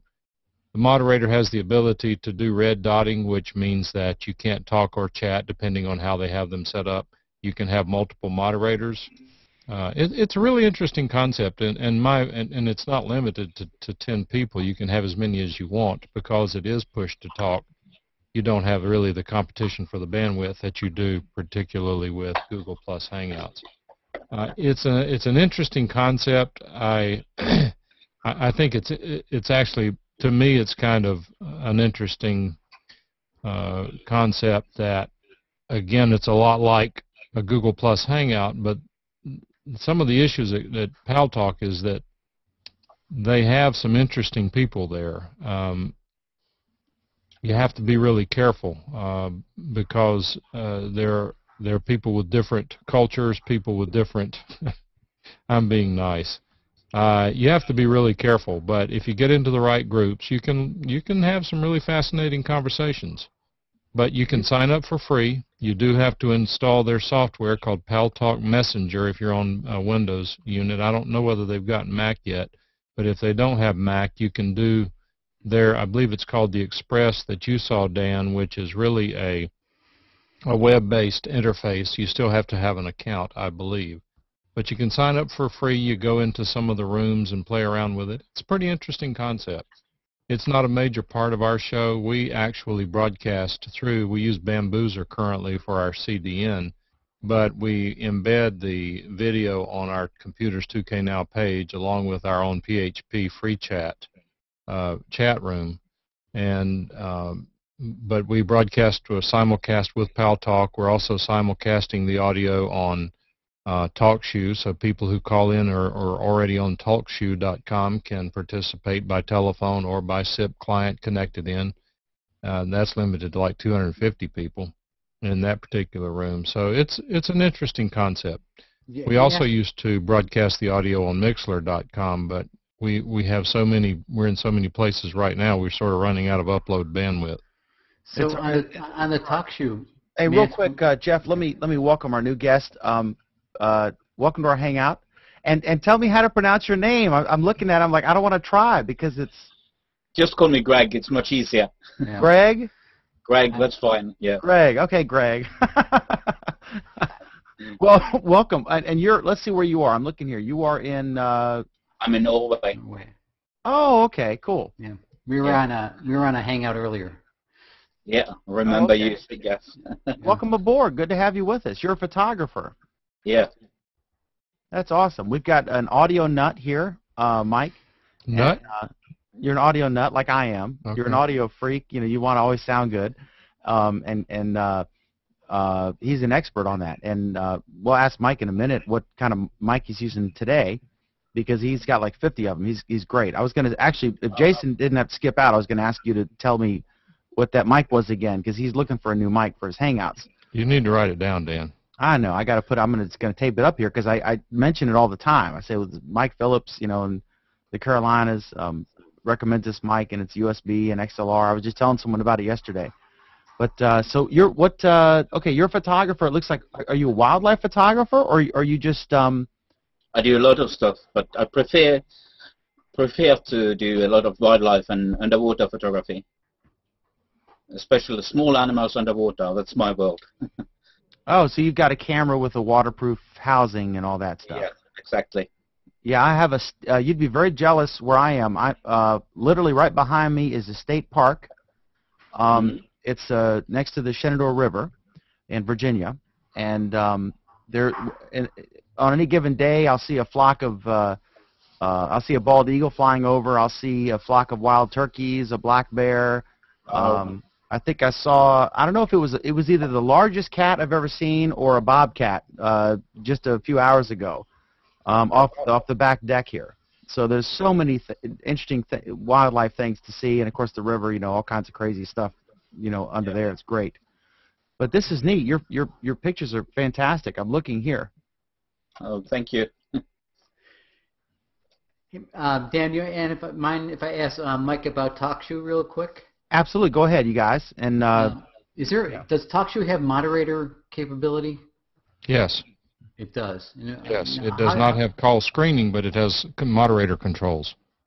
So do you have to like raise your hand to speak or? It has a button you can press that is similar to the raise your hand that you want to speak, similar to the Blog Talk Radio type interface. Okay. Boy, wouldn't that be amazing if we had that here, where someone could click a button to say, I want to make a comment, and a little red thing would appear under your thumbnail in the Hangout, and I'd know, like, okay, let me go to George or Anthony or whoever because they got something to say. Yeah, wouldn't it be neat if it was different shades of red? Like if they clicked it once, it was a light red, and if they clicked it 5 times because they're burning to talk about it, it would be a bright red. Wouldn't that be really neat to give guidance to the host for an on-air hangout? That would be fantastic. Yeah, but it would always be bright red for Oleg and Adam. Oleg, yeah. Oleg would be like, he'd be banging the keyboard. Well, there are unique needs. As Jeff and Mike know, those of us who host different shows, all of us employ, and most people who do Hangouts employ, the host is engineer, host is producer model, where we're running everything. When I do Google Plus Week, I don't have a producer here, and I've thought about it and talked about it and debated it, but I like I like being the control freak and switching exactly when I want to switch. So if I want to rub my nose or something, I can switch to Jeff or whatever. But there's obvious advantages, and Leo Laporte went through this because remember he was host, his producer model in his old studio, and in the new studio, he has the luxury of being able to, sip wine and pontificate and just sit there at the table and concentrate on the content, and really listen to the conversation and let someone else worry about that stuff. So there are benefits to both, but there are unique needs that we have with the host as producer model, where it would be neat to have some more tools built into these things, and some more flexibility. Well, but what Mike does is he builds them himself. And that's why he hosts it on his own separate web page. So he can paste together different techniques and different software to enrich the entire show, right? So, well, not everyone is on the same same website technology medium. Right. So we just try to make it easier for people to participate. We used to have several others that we did at the same time. I mean, at one point it would be impossible not to find the show. It was on so many places, but that gets to be a little overkill. For example, we use Bamboozer for video streaming for a CDN because they don't have any advertising. Justin TV, everyone else has advertising. Of course, Ustream is useless now because of their mid-roll ads. Exactly. So all that being said, that gives us the pure video bandwidth. But we also we have absolute control. If we want to take somebody off the air, we can take them off the air just like you can on a radio talk show. We have absolute control. Yeah. It's good to be in so many places. It's just like my newspapers are in so many stores that people see it. It's in your face when you go into 7-Eleven or the grocery store, and the same thing with. But there's other ways to achieve that. I mean, since you're doing a recording anyways, you can. I think there's a service that I forgot the name of it, that you upload it to one place and then it will distribute it to Blip. Live stream using. Blip. Yeah. Blip does that. So they'll push it out there. Yeah. And that would be another way of handling it. You record it locally, you still do the Hangouts or whatever you want to do it in one content delivery, and then you upload it to one agency that splits it out and puts it everywhere. It's all about footprints, and that's important. And I'm so glad that Mike's show does this, because it's often an underrated aspect of it. How many times have you guys, you'll see a post from a cool website, and you're like, I used to look at that website all the time, and I just haven't lately. And then you go back and you rediscover it. You know what I mean? And that's a big deal, because if something's in your face, if you're walking down the street and I hold up a sign, you see it, a billboard. There's no missing that.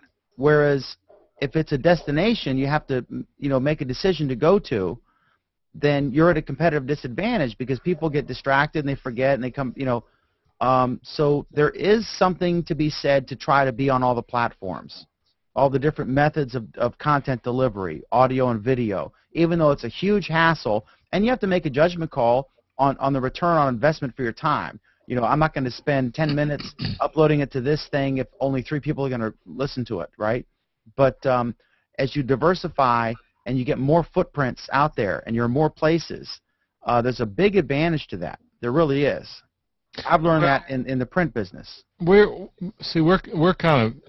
little different in a lot of respects in that, and it's maybe backfiring on us a little bit, hopefully not much, but we're not really even trying to grow the audience on the show. We always like adding new blood here and there, but we're not trying to be Leo Laporte. We're not trying to win any awards. We don't sell any advertising. We don't get any money for doing the show. It's strictly a hobby, just like a Google Hangout. It's a fun thing to do. And it's frustrating some people who participate because they say, oh, you guys ought to take this thing and do this with it or do that with it. I got approached even today about, do you guys want to be a part of our network? And I said, well, you need to talk to Amnon. It's his show, but I doubt he's interested because we're happy with what we're doing. We're just a bunch of old guys sitting around shooting the breeze. And what's interesting is that because of the type show that we do, the show is kind of morphed into an internet broadcasting type show where we talk about how we do the video, how we do the audio, what sort of problems, what sort of challenges, what sort of opportunities. We get into those topics as well. What's interesting is the people who like that sort of topic, that audience, they usually have a lot to say. They want to go on camera or on microphone and speak. So if we get very many more people viewing who want to participate, we're going to have pissed off audience because we can't accommodate but so many people. And I mean, it's a good problem, but it's still a real problem. So I guess we're kind of fat, dumb, and happy right now. I don't know what the next level is or whether we'll even try to go to the next level, but it's kind of a good place to be in. We're glad. I consult with people every week. I help people all the time with their audio. I don't charge them anything. I'm a consultant, but I'm a non-paid consultant, and I'm glad to help anyone do that sort of thing. But if you guys are interested, again, it's Computers 2K now, and it's 9 o'clock in the morning. As it'll be there in the morning, as far as I know, even though it's Easter. I don't think we not do a show for any reason. I can't think of one. Thermonuclear disaster, maybe not. It would have to be pretty close by. Yeah. Greetings, Professor Vulcan. No, it was great. I actually called into your show a couple of weeks ago. I remember that. It was perfect. Yeah, it was great. You know. I remember that. I did not. Now that you say it, I didn't make the connection at the time, but now I remember it very clearly. But the show was a radio show starting back in 1993 on local radio station. And in that period of time, Amnon has missed 2 shows. Wow. Danny, he does a what's in the ads this week. He goes through like Best Buy has deals for it's great. It's like it's actually kind of fun. So it's a great show, and I've neglected it, and I apologize, but I got to. Yes, you have. I need to go back, and I humbly do. apologize because you spend so much time with me, and I need to reciprocate. But I wanted to go into one thing. For folks watching who are interested in chroma key, the way I was getting ready to buy, a real chroma key screen like what you see behind Mike. Let me pull Mike up here, his image here. Ooh, I have something for you, Dan. Go ahead. What I did was, in my case, I actually, I just did randomly, I went to Hobby House because I was like, I want to try this because I was using this brown thing behind me. And behind this, I have the green screen. But I put this up when I'm not, when I'm not doing a fancy show. I'm just, doing a regular hangout like now. But I went to, on my phone, I walked into Hobby House, or Hobby Lobby, right? That's what it's called. Any kind of fabric store. And I'm going to do a Google search now for chroma green. And I'll show you exactly what I'm talking. Let's see here. Just do a search on your phone or whatever you have for chroma green, then do an image search. And then, let's see, video results. I see. How do you do an image search? Well, let me see here. This is weird. I don't see. All right, I'll go to. I don't have an option there for. I'm trying to get to the image search in my Google search results. I see video results. See, this is crazy. How come I don't see on my phone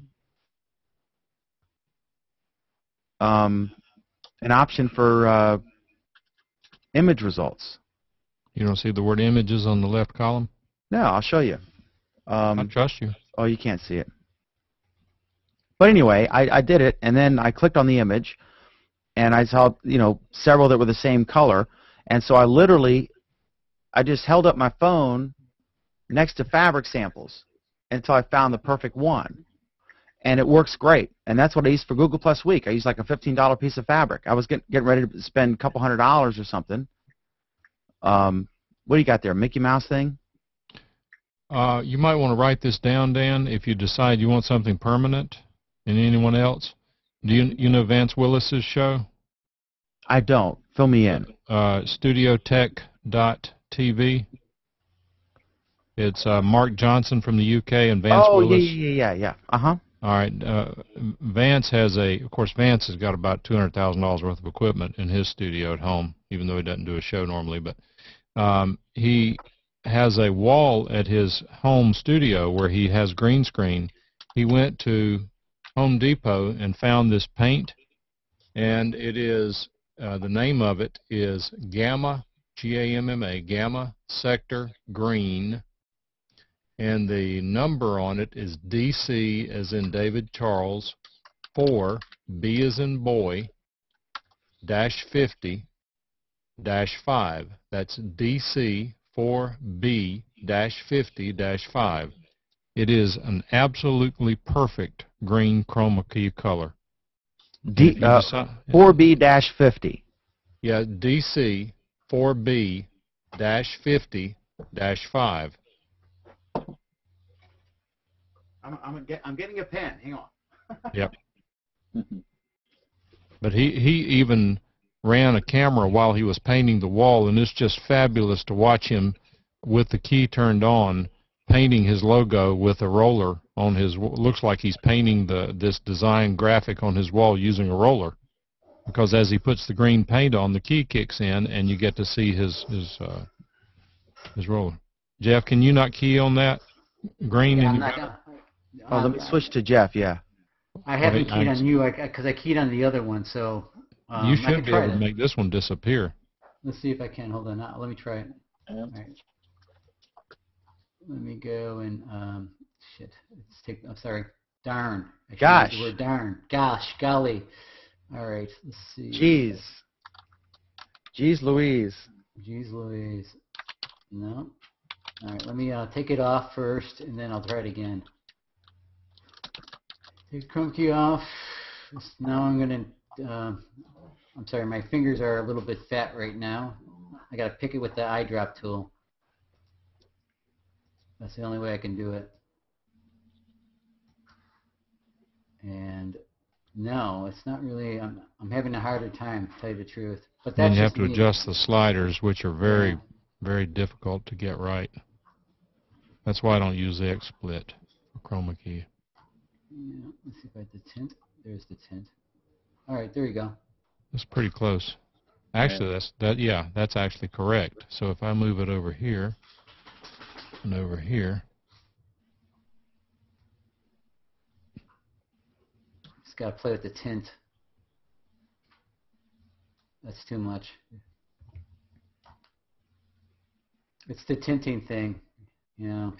It's also you're grabbing a Hangout quality image. Yeah, it's touchy. And redoing it and sending out as another. Yeah, once you get the lighting down and you have the color, you know, in your back wall, I mean, that's about as best as I can do right there. Yeah, and that's pretty darn good.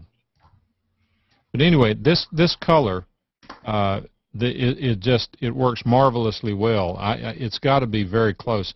It's not a very natural green color, so it's perfectly for keying on. You're not likely to wear clothing, hopefully, with this color green in it. Right. So what I did, I mean, like here, I just, I finally got it. I went to a Google search, and I was using the horrible built-in thing that opens the Sprint browser and blah, blah, blah. But I just literally went to a fabric store, and I just went to different swatches of fabric, and I held this phone up to it until I got it perfect, right? And that'd be an interesting test if you could do me. Jeff, if you could, if you could try to key this from my phone. Jeez. There you go. That's it right there. It's already working. Yeah. Yeah. Let me key on him. Yeah. Your There you phone. go. Your phone went dim. It's still working It's pretty working. good. Well, no, Yeah, that's it. it. Yeah. Yeah. Tap your phone again. There But you that's amazing. He's unfortunately he also has halfway chroma keyed me in the process. But yeah, that's the thing. See, so to save money, you could do this. I did it because I was like on an impulse. I was like, you know what? I want to get a green screen. I don't want to order from B&H and have to wait 2 days. So I just went. I was in a fabric store and I was like, you know what? I wonder if this would work. And so I got it, and I just held it up to the things, and I'll show you. I got my chroma behind me. I bet you I could do the whole thing with you now. Hold on. Yeah, that's working great. That's working perfect. Let me put it on Jeff. Hang on, for folks watching. I mean, I would have to get rid of you. I mean, I need the light, but look at that. That's pretty good. Yeah, so you can see. But that's what for Google Plus Week. This is what I use. This screen here, and then you know. But anyway, that's the thing. You got to be, depending on what your budget is. I mean, I have, a lot of us have fancy stuff and some cheap stuff that's, anytime I can save money and, get something quicker, then I'll do it. So that's what I did. I just wanted a fabric store. But my advice would be, if you're going to try this, if you're going to go to some random fabric store and you're going to get some fabric to put behind you to do what Mike is doing here and, generate a pretty background that looks fancy. The key is don't get too shiny a fabric. Don't get like 100% polyester that's going to reflect light back. And also, a lot of the videos, and correct me if I'm wrong, Jeff and Mike, but a lot of the videos and websites will say you have to have an extremely well-lit background. I found that's not the case at all. The key is it has to be evenly lit. Yes, and you have to have, and you need to be lit so a little bit as well. Yeah. So. Right, you need to be lit so there's a contrast. Lighting is critical, but you don't need a whole separate set of lights for the green screen. Light yourself well, make sure there's no shadows, and it's much more important for the green screen to be the same shade of green throughout, Here, which is not apparent to the naked eye at all. Here, I'll show you how stupid I am, right? Here's my lighting system. There's my green screen in the back. I just have this light, incandescent light, and I just use a paper towel as a diffuser, and it works perfectly. It's great. I mean, I have one on the other side. Now I'm bouncing it off the wall. I don't know if you can see it. Yeah, it's cheap and it works. And why buy some? What's that food show that on the Food Network? What's the guy? He's real animated, and he's the host of the main competition show they do, and he's big. Oh gosh, now I've got this issue. I can't remember his name. That's called the feeling of knowing. It's called ADHD, but once I'm 65, I'll be able to blame it on that. Anyway, he says don't buy a single-use kitchen appliance.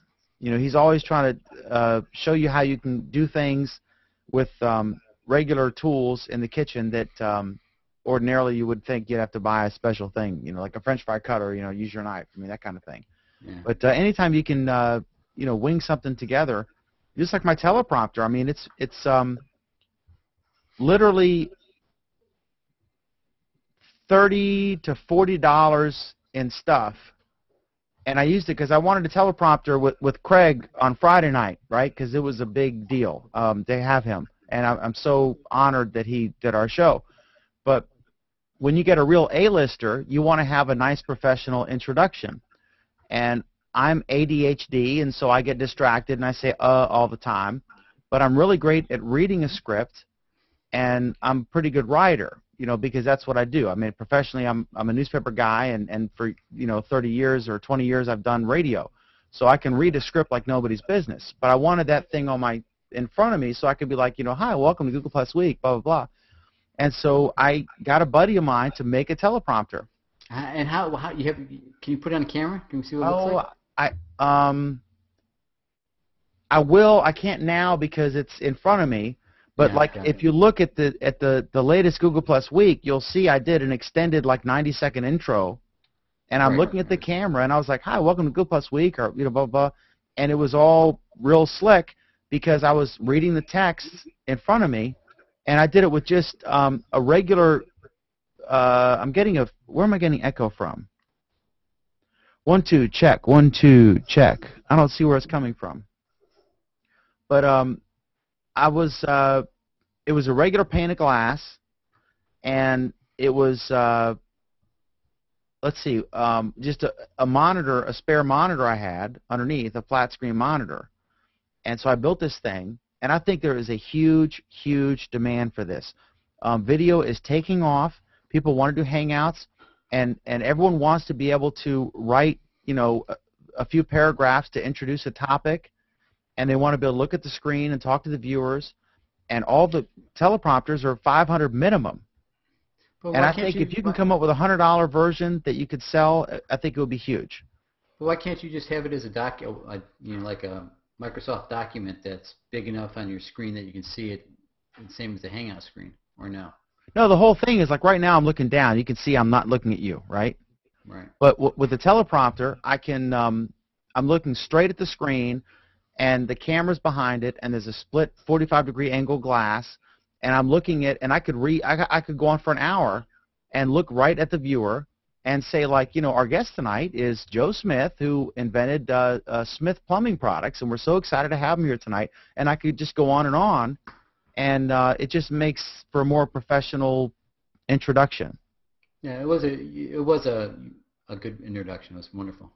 But it's all because of the tool, Yeah. Basically, it's a karaoke screen in front of you to tell you the lyrics.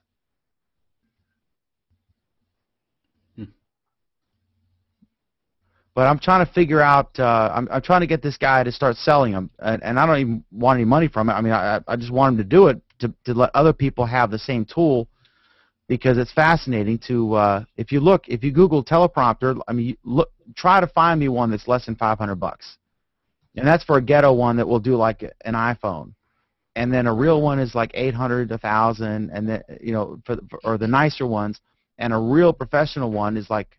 But all it is it's a place to hold a monitor. You got a mirror, 45-degree angle, or a piece of glass. You don't even need the split beam glass like they say.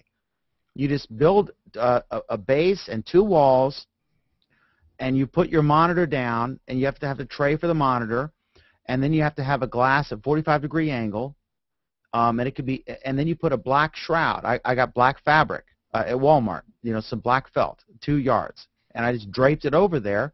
And it worked perfectly last night. It was fantastic. It was the first time I'd ever. Don't you have to have a two-way mirror? Huh? Don't you use a two-way mirror? You don't need one. What do you use? I used a regular a picture frame, a $15 picture frame from Kmart. Is it just plain glass? Plain glass. It worked great. It worked fine. You don't need that fancy stuff. How are you scrolling the text on the monitor? I am using. Everyone uses, oh gosh, let me tell you. I'll tell you exactly what I'm using. But you'd almost have to have a foot switch to trigger it, wouldn't you? No. What you do is, I used, everyone used, I forget, there's some prominently talked about, everyone mentions free teleprompter script out there. But it sucks because you can only put up to 2,000 characters or something crazy. There's another one that's way, way better and is completely free, open sourced, and no one talks about it. It's called Mirror Script Pro. Mirror Script is one word, Mirror Script space Pro, and when you get there you'll see download Mirror Script, and then underneath that it'll say download Mirror Script Pro. Download the regular Mirror Script one. They're the same thing, they just labeled them wrong. And it's absolutely fantastic. So what I do is I use a laptop, and I have a VGA cable out to the teleprompter monitor. So, and then I mirror the image on my monitor to both, so it's the same thing. And then I just tell it to run it in mirror, because you have to reverse the thing. Right. At first, I tried to actually have a dedicated computer, and I was looking at the teleprompter to try to click, but the graphics aren't good enough to be able to click on fine things and see the detail. You're going like this, right? So I had to use my laptop here for it, and but it just runs it backwards, and then it looks fine, and that's how I did. If you look at the Google Plus Week from last night, and look at the first 2 minutes when I'm introing, and I even had questions and stuff, that you'll see. In fact, I'll even share the script that I actually read with the notes, like pause and stuff. And like, let me go to Oleg now. It was all written down, and it was like, I mean, I had people watch it, and they said it looked like it was just conversation. Yeah, but there's a great big caveat here, Dan. People go out and get a teleprompter if they start doing their shows, and if they sound like they're reading, they're going to turn people off in a heartbeat. Correct. And I posted a funny Al Sharpton teleprompter flub a few days ago, where he just it was an absolute disaster. It was hysterical, and I would have posted the same thing if I had done it, because I wasn't picking on Al Sharpton. It was just but he was reading his, like, he's like, it was right when he first started doing it. But that was my first Friday night was the first time I'd ever used one, and it was one I had commissioned by it was one of my sales manager's boyfriends who built it for me, because he was like a woodworker, and I was like, I'm not good with tools, right? I'll share this script here. Well, gentlemen, I have to get ready because we're going out to dinner tonight. So thank you so much. It was great, Jeff. Yeah. Thanks for joining us. Join us tomorrow if you can. Yeah, I think I shall. Good. Right. What time again was it? 9 Eastern. 9 till about 1. Okay, perfect. Good night. Good night.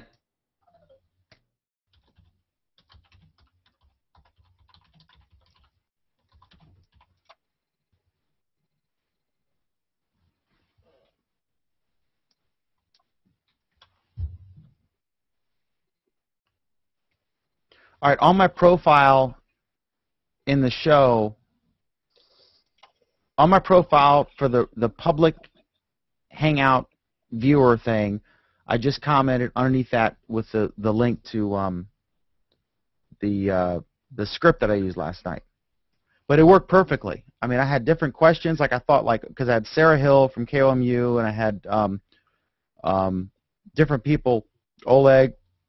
And so I had some certain, like, questions or intros for them, and I had the intro for Craig, and then all my questions for him and stuff like that. It was all on there, and I could just, with my right hand during the show, I was hitting the pause, the space bar to pause the script, and then I'd hit space bar, it would advance to the next question. I hit space bar again, it would pause it, and I'd say, like, well, tell me, Mike, what's it like in Carolina? What's the weather like now? And then while you're answering that question, I hit the space bar again with my right hand, and then it advances to the next question, and I can pay attention to you, and I don't have to, and it's a crutch, because it allows you to think in advance before the show starts what questions you want to ask, what intro you want to use, and then the big thing is, it allows you to actually pay attention to what the guest is saying, and not have to be thinking about what my next question is, and I'm kind of half listening to them, and then I get distracted. You know what I mean? It's an amazing tool, but they're so ridiculously expensive. They're out of reach of most people, and so I think there's a huge market. If you come up with a $100, $150 teleprompter that people could use, it could be teenagers, it could be anybody like us, whatever. And everyone goes to Lowe's and they watch the videos and they buy and they get their buddy who's a woodworker. I think there's a huge market. Someone needs to make a plastic mold and build the damn teleprompter that is available to the masses for $100, and then you'd sell tens of thousands of them, I think. Interesting. So you set the laptop as the monitor. You just open the laptop as the monitor? No, I have a laptop here, and then I have a second monitor. I'm coming out of the laptop with my VGA extension cable, right? Okay. So the laptop is here, and then I'm just duplicating this monitor underneath the mirror. Right. And then I thought the laptop would be kind of small for that application. Right. Oh, it's pretty large. It's like an 18.5-inch monitor or something like that. 17. But if you had like a 24-inch monitor as the teleprompter monitor, that'd make it a little easier to read, get you more text, I would think. Yeah. Yeah, they're not magic. I posted some links, Dan, in the chat room. This something you might be interested in. This studiotech.tv. The second link is a listing of the past shows, and the one that I did on microphones is number 21, which is okay, it's all right. But the interesting one you might like is number 22, because they talk about green screen and they go through the whole concept of green screen and they play with it using the TriCaster, which is, of course, a perfect green screen machine. You should post those.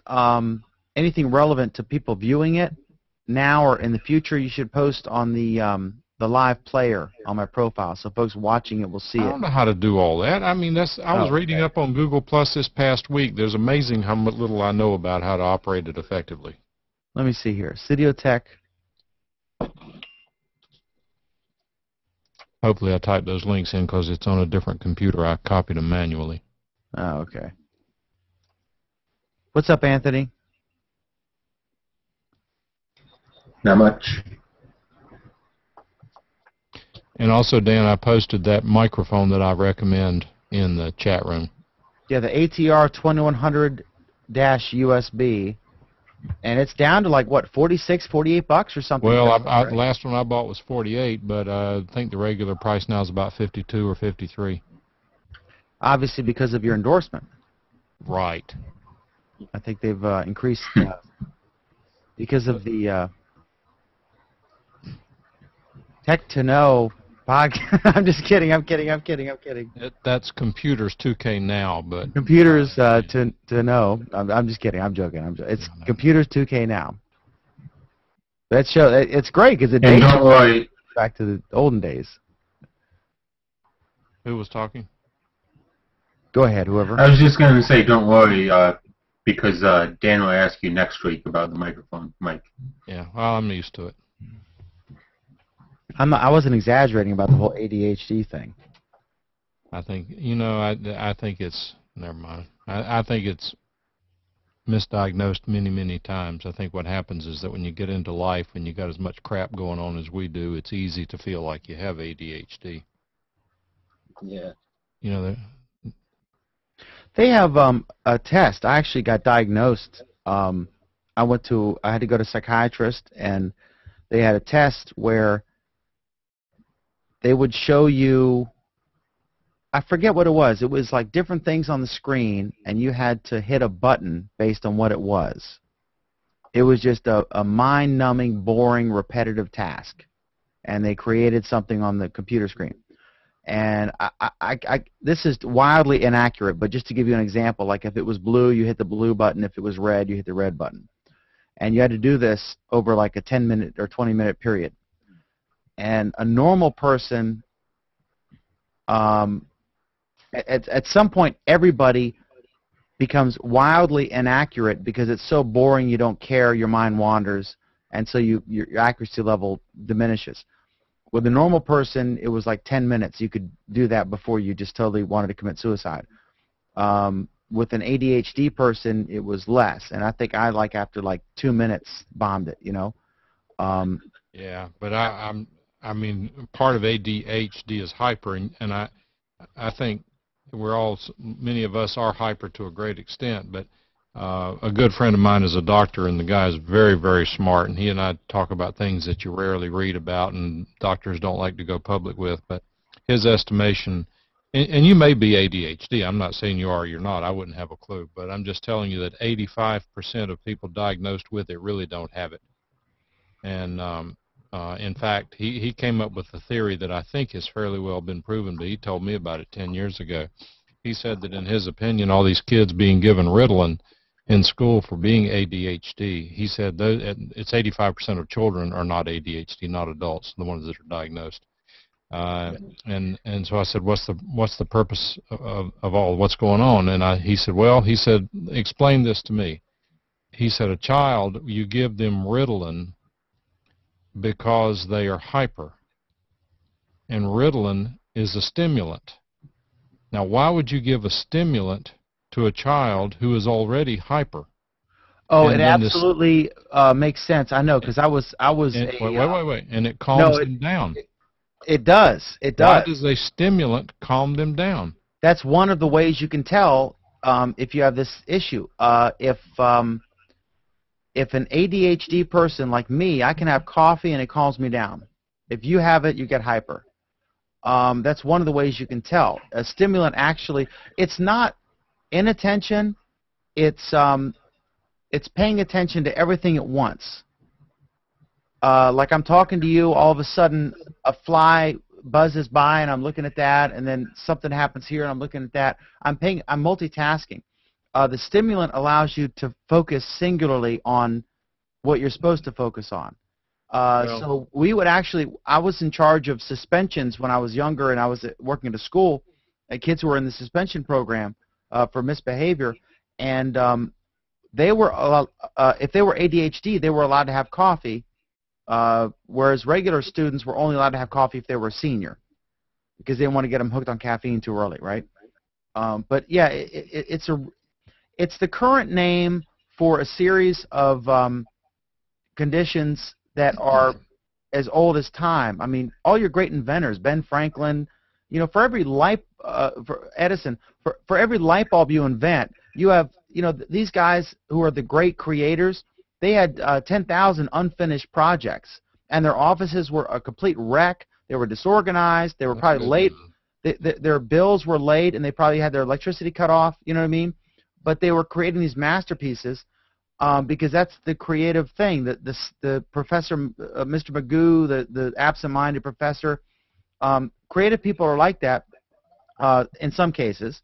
And so I think that's just the current name we're putting on those creative types. And there's a whole theory about this. There's a really interesting theory that we are the descendants of the nomadic hunters who would require these skills, like a puppy dog, to be wildly excitable like a hunter, whereas the non-ADHD people are the descendants of the traditional farmer culture and societies where they have to stay at the same place and do the same thing over and over again. An ADHD person is fantastic at running, at inventing the light bulb, and very, very bad at running a light bulb factory. And the best example of that, of course, is the person who created the light bulb, who was great at that, and then was terrible at running GE, which was his company, and ended up getting fired because he was so bad at managing it. He was an entrepreneur, inventor type. And so we have special skills, and we have a creative bent, but we're very disorganized. I have a fantastic staff. I have 4 people who handle my email. I mean, that's ridiculous, but it's just like it won't happen otherwise. If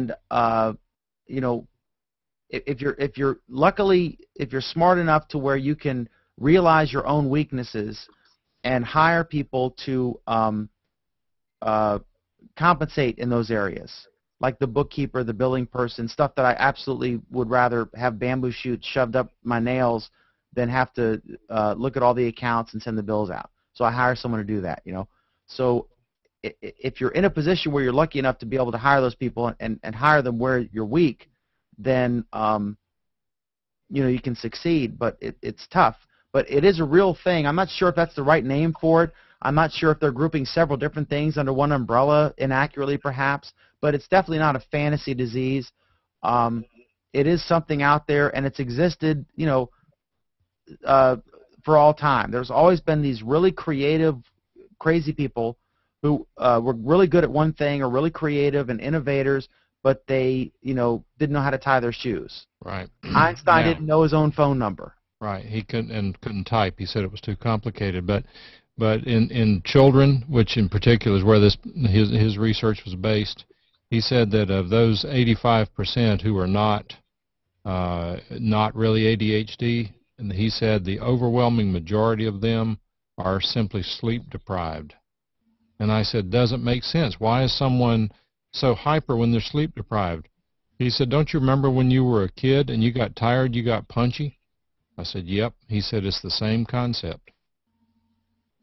Yeah, I mean, to a degree, but like if my parents learned that like sugar impacted me, and if I would have, I can have a single, like I could put 3 Tic Tacs in my mouth and be crazy giggly.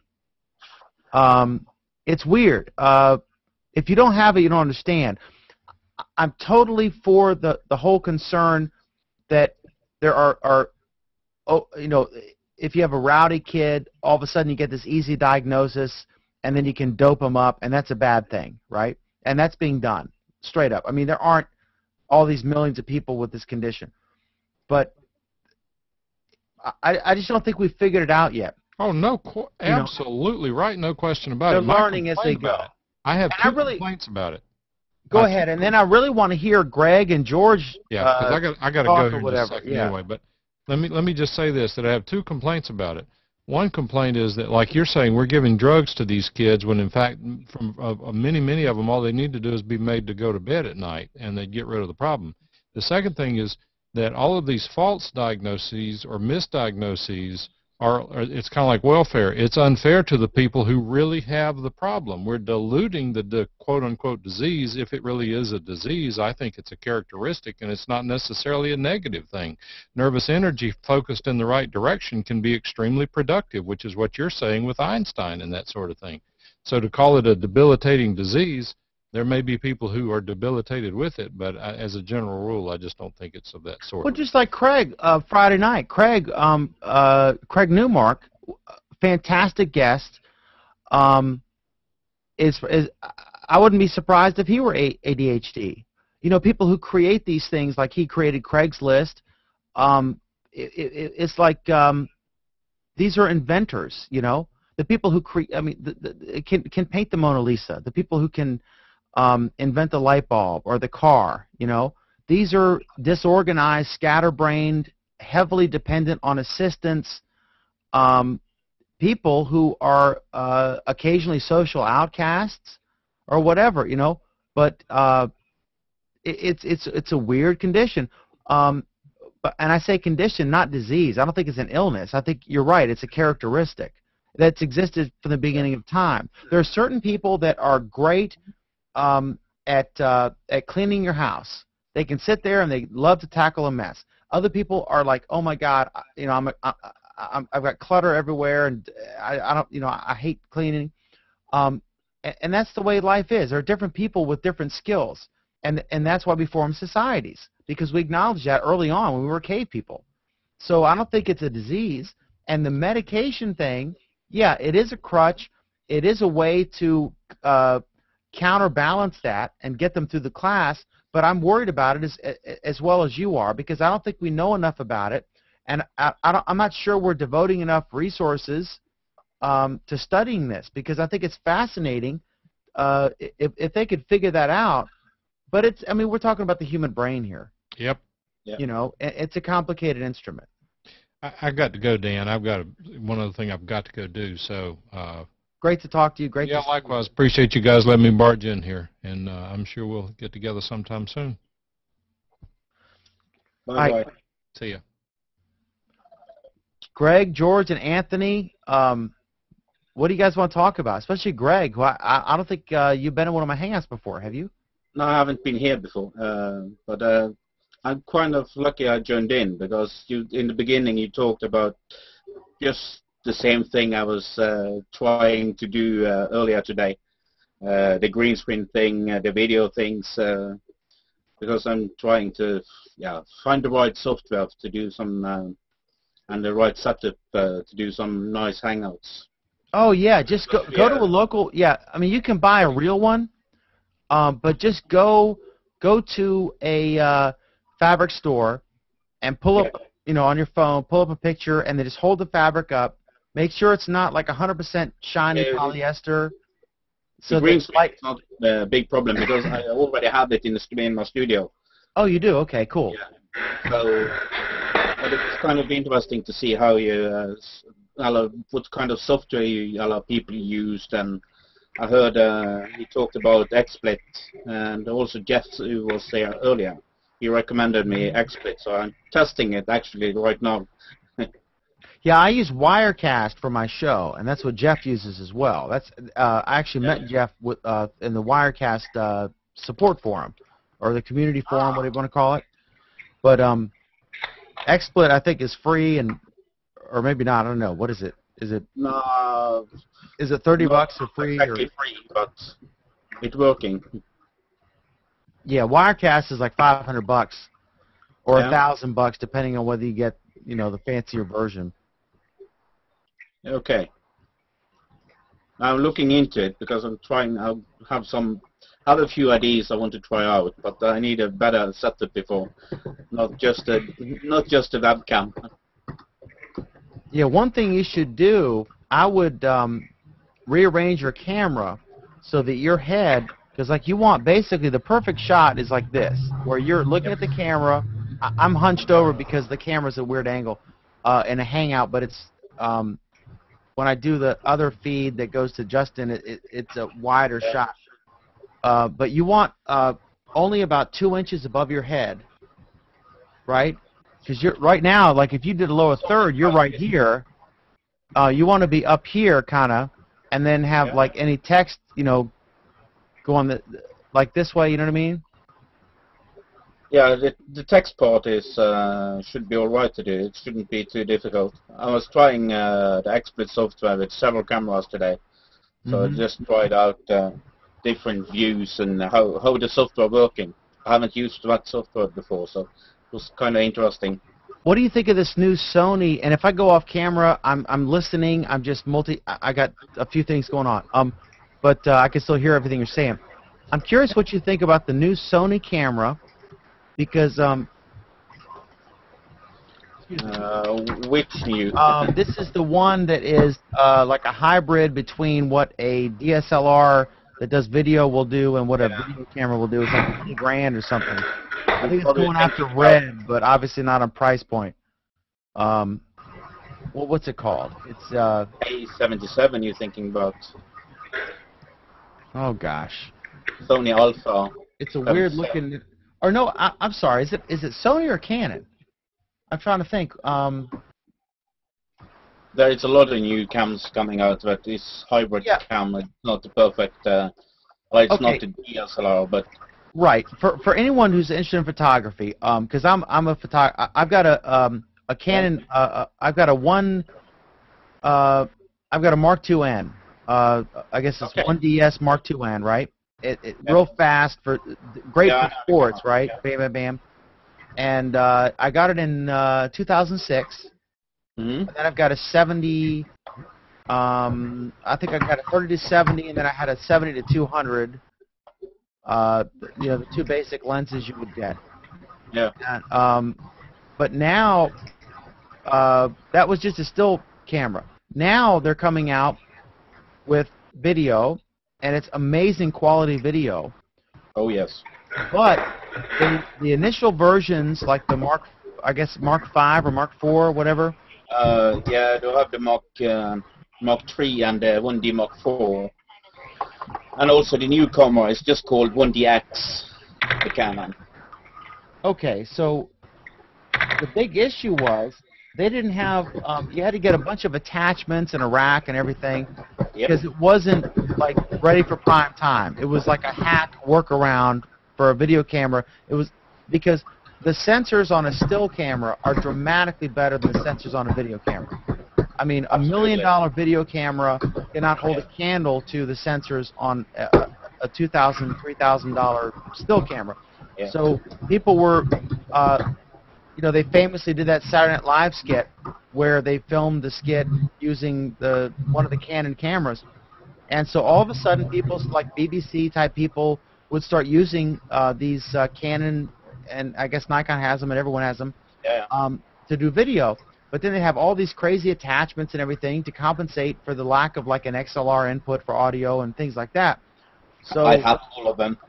exactly. So you've got this contraption. You know, you're going to do the photo shoot. So now they're starting to come out with hybrids, which have the it's called ENG, electronic news gathering, typical input interfaces that you would see on an over-the-shoulder real television camera, and they're combining those with the dramatic size of the. Sure. Have you heard about the new cinema series from Canon? Canon just launched a video cam called C300, Cinema 300, a while ago. At the same time, they also showed a picture of a DSLR-sized cam with a red C on. So we're going to launch, I don't know when it's coming, but it's coming, some DSLR cams made for video. And that sounds very interesting to test it out. I'm not sure if you saw it.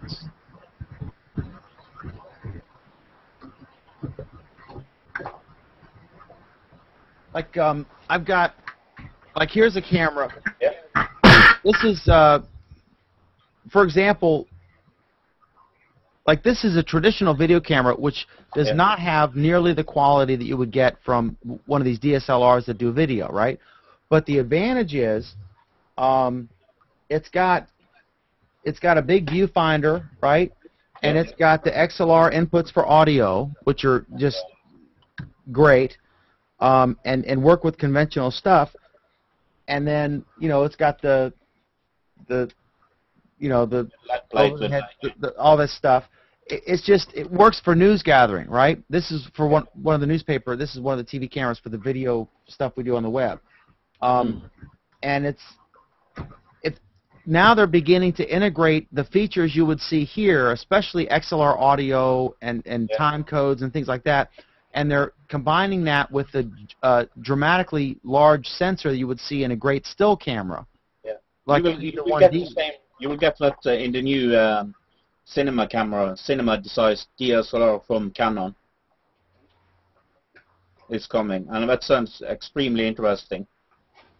Yeah, it's fascinating because, and it's so exciting, isn't it, Greg, to see the gap between consumer level and prosumer and professional narrow, so that really creative teenagers and young people who are interested in photography can achieve results similar to what used to take $30,000 in equipment to achieve. It's so exciting because it's all about the art. It's about if you're creative and you're talented and you have the shot, the lion is running in front of you randomly, and you've got the equipment to take the image of that, to share it. It's so exciting to see that happen, and technology is bringing that forward. And you guys keep talking. Let me see if I can find a link to the new Canon Cinema series.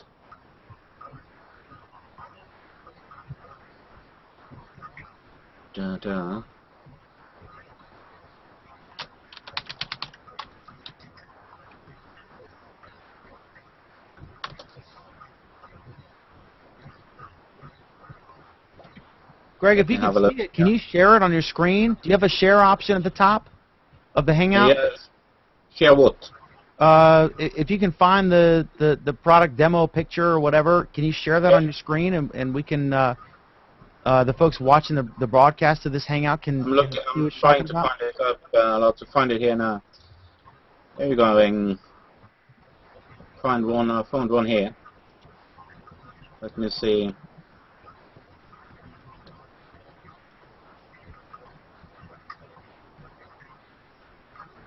Screen share.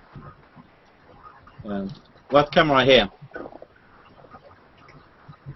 as you can see,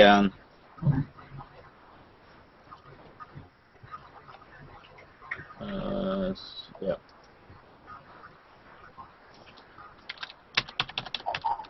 Oops. There you can see it better, I hope. Yeah. That camera is quite exciting. I'm really looking forward to see it in terms of both video and photo quality, image quality. I think it's going to be a very exciting camera. Completely new series made just for video.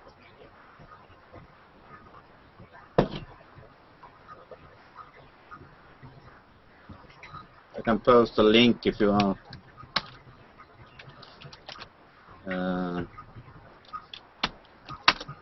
Took it in chat there. There's a link to the same article. I found a picture. You see that camera there? Yeah, I see that. Yeah. Yeah, tell us about it. Tell us about what makes it different, why it's unique. What is unique? It's the first DSLR that really made for cinema photography, also for video. It's not in the market yet, but it's a complete. It will be a complete new series of camera that have all the features you have from the regular pro video cameras, but also in a DSLR body. So you can have the best of both worlds. I think it's going to be very exciting. Canon hasn't told us so much about it yet, but I'm looking forward to see more of it.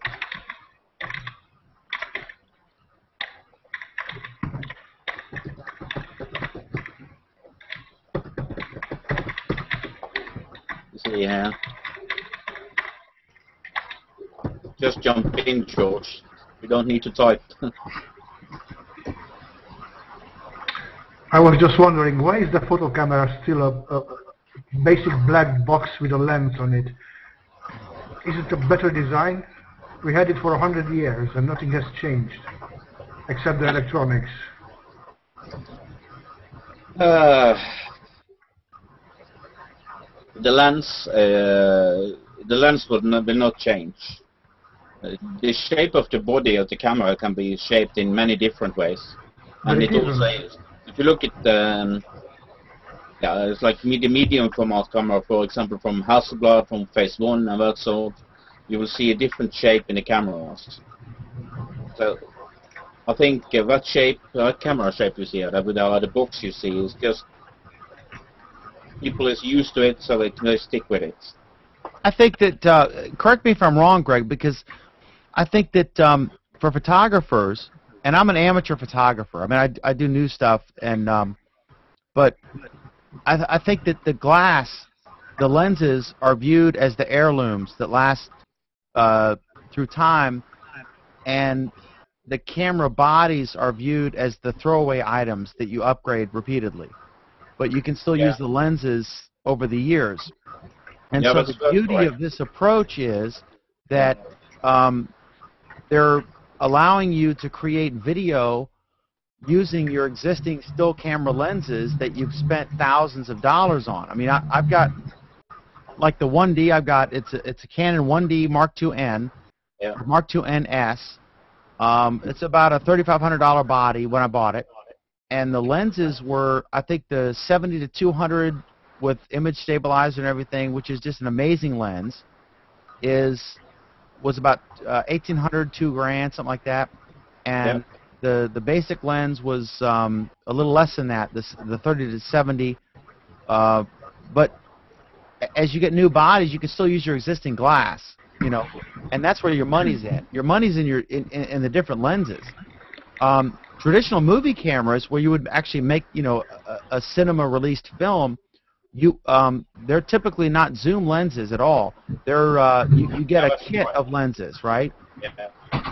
You would have like you would have a big case, and you have all these different lenses of different millimeter measurements, and you would shoot it, and you'd shoot the same scene repeatedly because the cost, and in most cases they rent the equipment. They don't actually own it. because it's so expensive. But you could elaborate on this, Greg, because you're in the business. Yeah. Go ahead. Yeah, and I just when I was into renting, I hardly ever rent equipment. I prefer to buy it as long as I can afford it, of course. Because when I have it, it's much easier to use it. I don't need to plan everything in long time in front if I want to go out and get to shoot. So I prefer to buy it. I think it's better for me. Now, does the camera hardware really progress that much over like 10 years? I mean, like if you got a top-end camera from 10 years ago, wouldn't it still be a top-end camera? If you have a top-end digital camera, it's a huge difference from 10 years ago. Yeah, if you're talking digital cameras, that's a huge difference.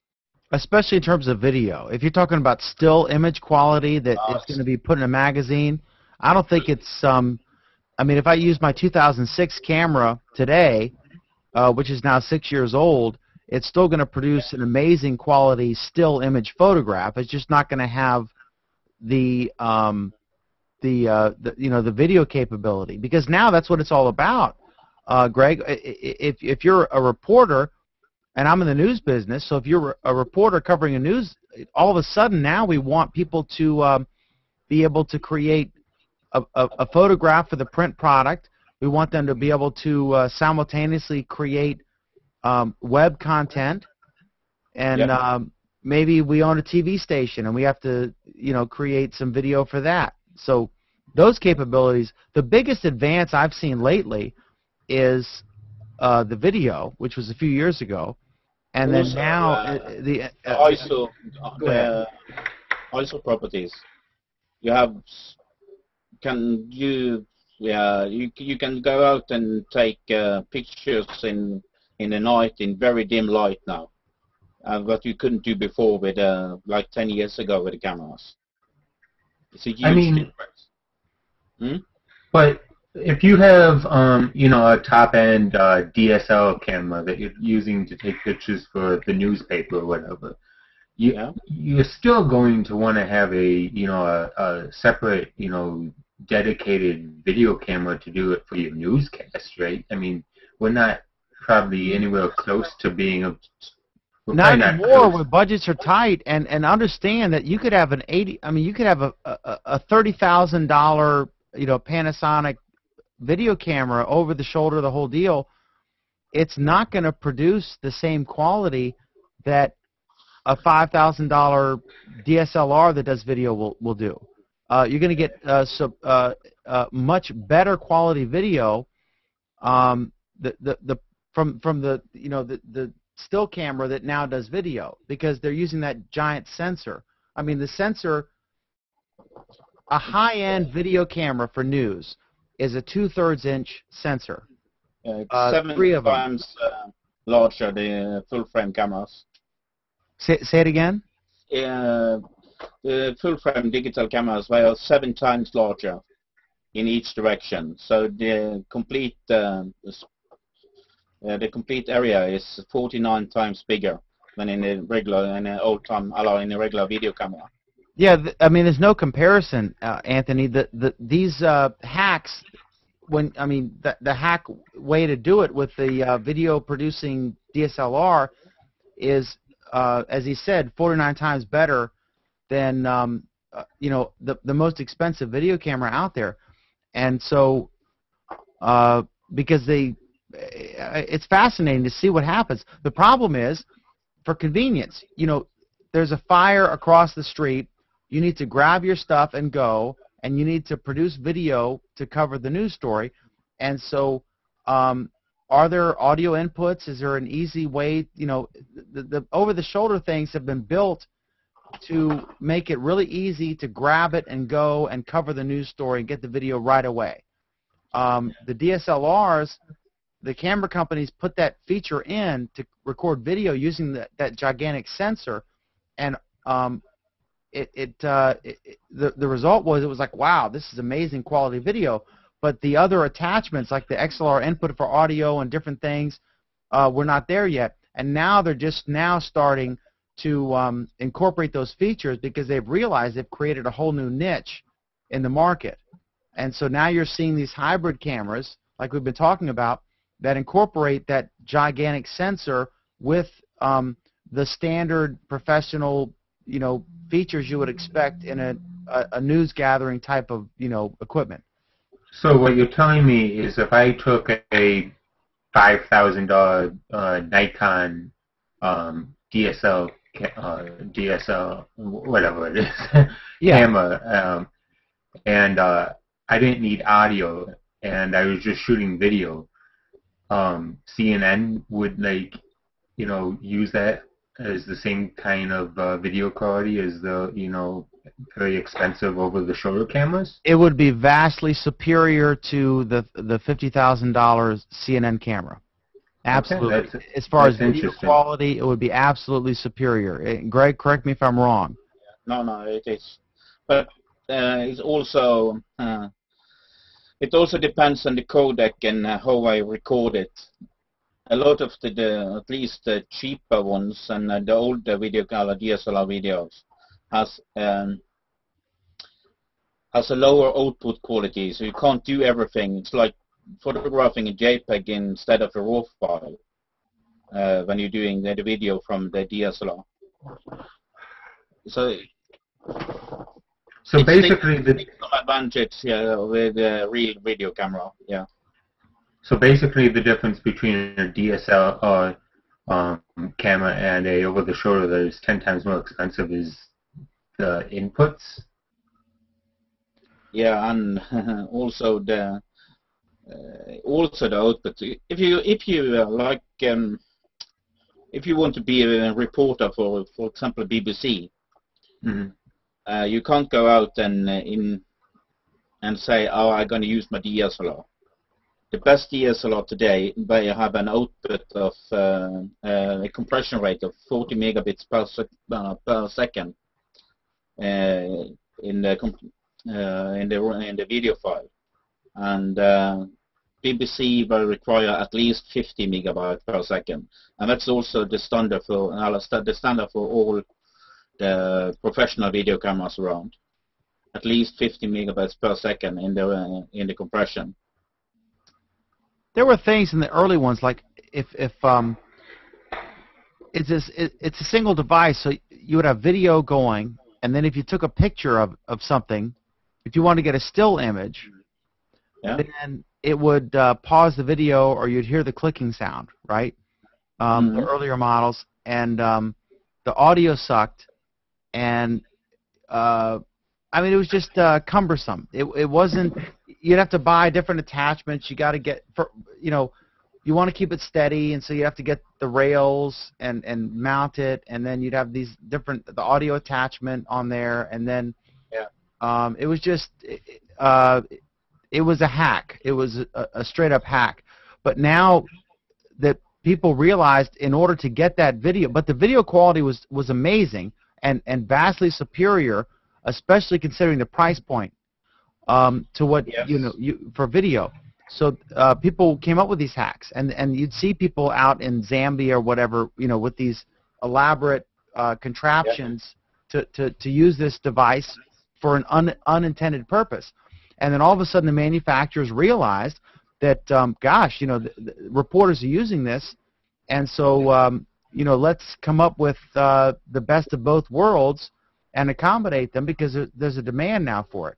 And so that's what happened, I think. It's not just about the inputs. It's a whole bunch of different intricate things that when you're actually covering a news event, you want to be able to roll in there and have your video be perfect and your audio perfect, and have it convenient, with existing cables and technology, and it just wasn't there yet. But with these new hybrids, it's approaching that, if not meeting that demand. And I think it's a very exciting time, because it's really helping, especially now where all news organizations are becoming multi-platform. Your newspapers are on the web. Your web, I mean, there's print, there's digital, there's a broadcast, and it's neat to see how they're finally developing devices that can meet all three of those needs. Oh, it's a lot of new things coming, that's for sure.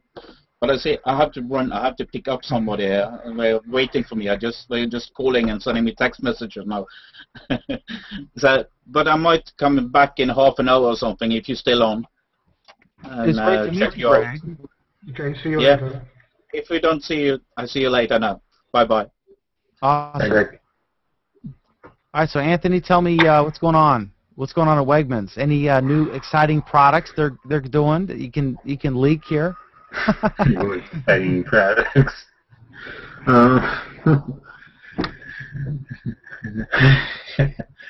Not an exclusive, Dana. What's the biggest news story in the Netherlands, George? It's raining and it's cold. Well, that's a everyday news story, right? Almost. It's nothing special. It's everybody's waiting for the summer, and at least I'm bored. So.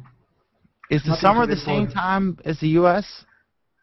Yes, we are in the northern hemisphere, so it's the same. When we get it, because last year it rained from June until September, so. So what's the temperature like there right now? 10 degrees Celsius. I have no idea what that is in Fahrenheit. It's cold. What's 10 degrees Celsius, Anthony? Let me Google that. 10 degrees Celsius is cold. 30 degrees Fahrenheit, right?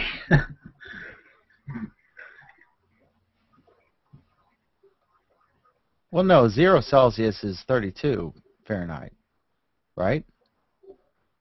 Sure. I have no idea. This is embarrassing. At work, we used to have this French stove, and it happened to have ovens under it that we didn't use very much, but we couldn't use the ovens because they were in Celsius.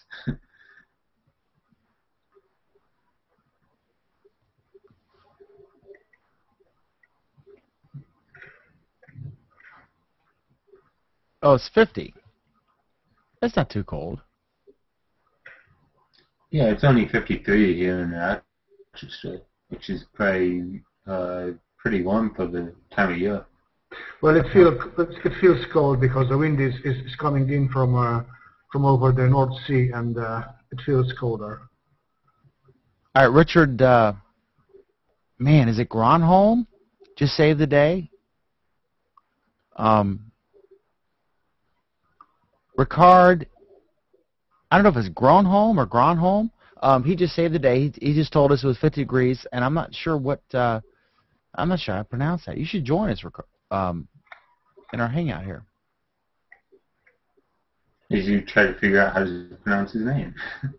I know. I'm getting all these international folks, and I'm embarrassed that I can't pronounce their names. You know, I was looking at my stream today, and I noticed a post by Neil Laporte, and he was resharing a post by Mike Elgren about how both of them have been removed from the suggested users list. Really? Why? Well, they don't seem to know. But at least one person in the comments is like, well, you know, maybe this is actually a good thing because, you know, not that those people shouldn't necessarily be on the suggested users list, but rather that the suggested users list shouldn't be a stagnant list that remains the same for, well, how many months is it? In 9 months now? 10 months now? Since they have, you know, started it? You know, what good is it to have the same... It may be only my impression, but I thought I felt a little bit of bitterness in those posts. But maybe yeah, I definitely got that feeling too. But you know, I love Leo, but he's probably my favorite. You know, he's the godfather. Internet personality that there is. But at the same time, I feel that the suggested users list should adapt over time, and not necessarily that he should be off the list, forever from this point forward, but that it should be at least a rotating list so that other people can get on the list and still keep the list at a relatively manageable size where people will actually go through the entire list and go instead of going through like a tenth of it and then going, why am I even looking at this? There's so many names and get overwhelmed by it. The thing is that we have no idea what kind of criteria Google uses for that list, and everybody looks at it as some sort of I don't know, badge of honor. Hey, I'm on the list, but maybe the list is not about that. Right. I mean, you have some famous people like Leo Laporte and Mike Elgin and Robert Scoble and who else you might have, but then you also have people that are not famous outside of Google Plus, like Linda there on the list. So obviously there's a huge difference between a Leo and a Linda, Yeah, on the one hand, it's their suggested list. I mean, it's like if I said this is George Cozy's suggested following list, it's up to him to decide who's on that list. It's his personal recommendation, right? Nobody's going to tell me what I put on my list. Exactly. I'm not going to tell you who to circle. On the other hand, the impact is that all the people who are on the list are approaching 1 million or exceeding 1 million followers. And everyone who's not on the list is anywhere between 0 and about 30,000 followers. So there is a big impact being on the list. So, but it's their recommended list, and they have a right to choose whoever they want, I think. I'm not on it, but I think I think if it's their list, right? It's Google's recommended list, so Google should want to recommend. It is the list, but at the same time, and this is an argument, to that point. They're trying to promote this service, so it isn't even necessarily just going to be people that they like, but rather people that they think can promote Google Plus. That's the purpose. In a positive way. Yeah. Right. It's not the purpose isn't to necessarily put on a bunch of people that like. It's to grow the service. Yes, so that people, because that's the big problem when people come. The service is fairly confusing at times to some people, and so if they see familiar names, celebrities, whatever, they can hook them in. So that's the purpose of it. But I'm surprised that Elgin was booted, if that's the case, because if you look at the stuff, I mean, he posts all sorts of interesting content. Right, and on our show, I talked to him today. I didn't know that, but. That's surprising to me.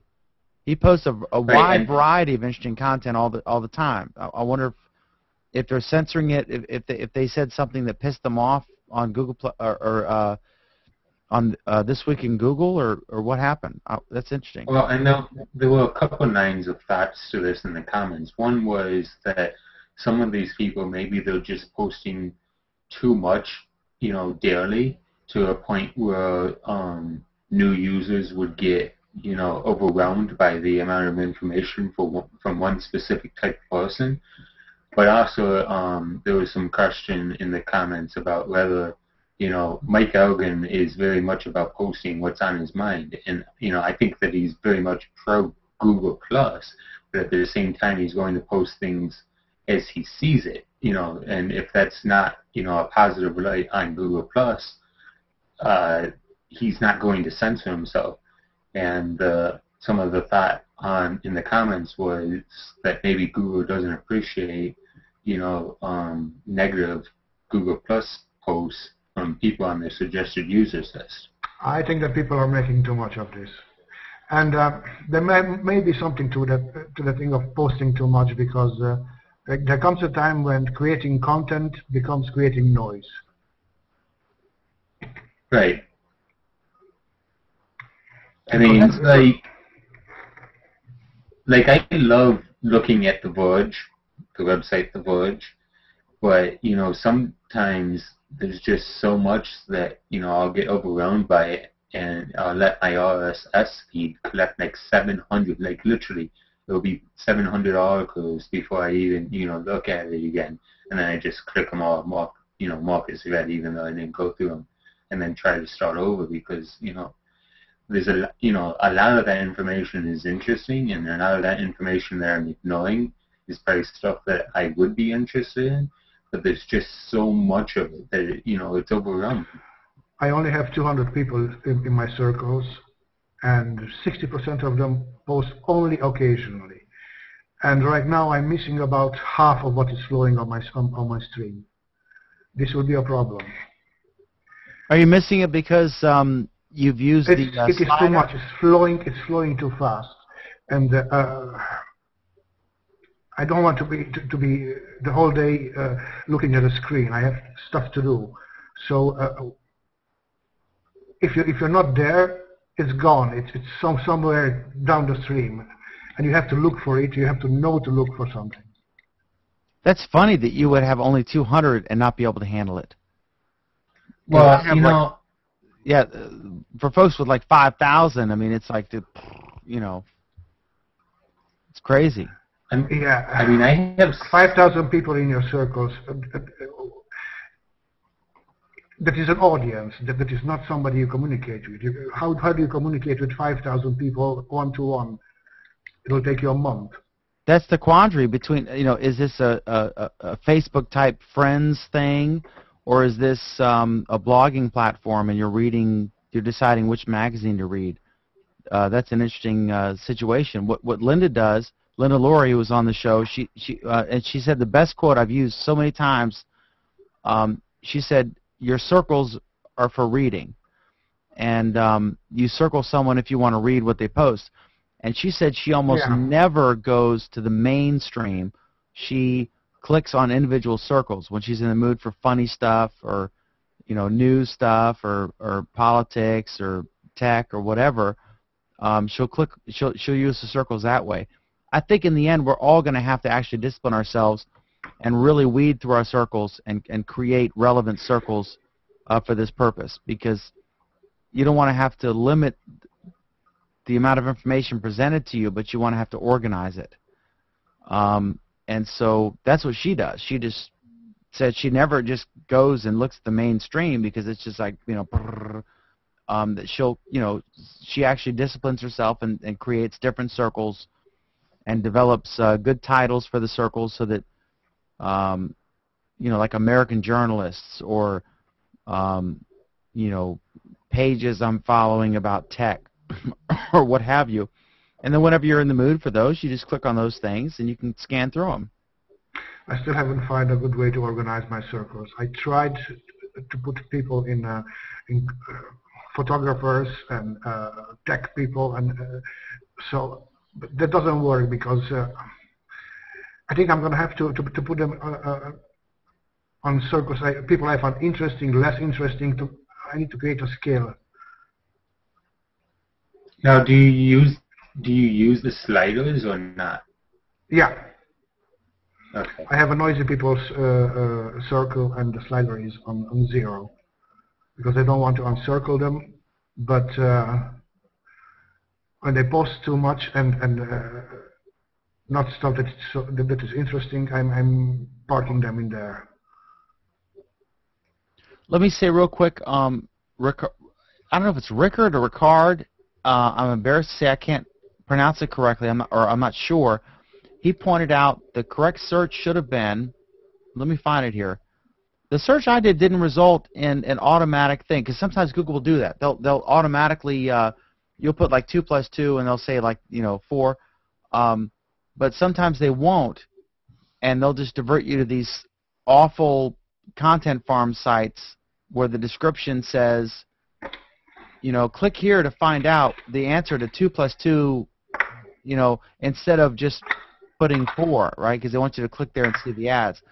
But the thing he said was, the way to say it was,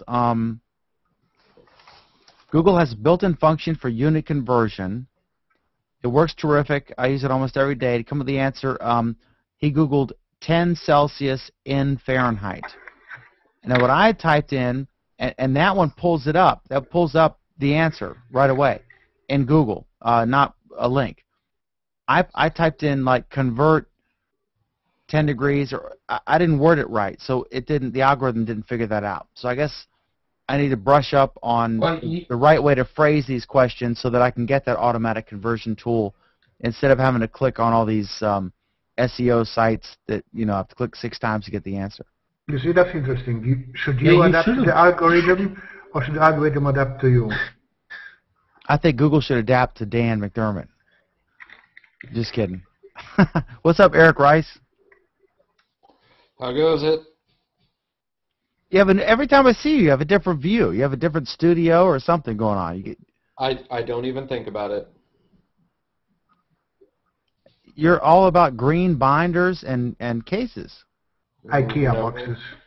Just know what they are? Storage boxes.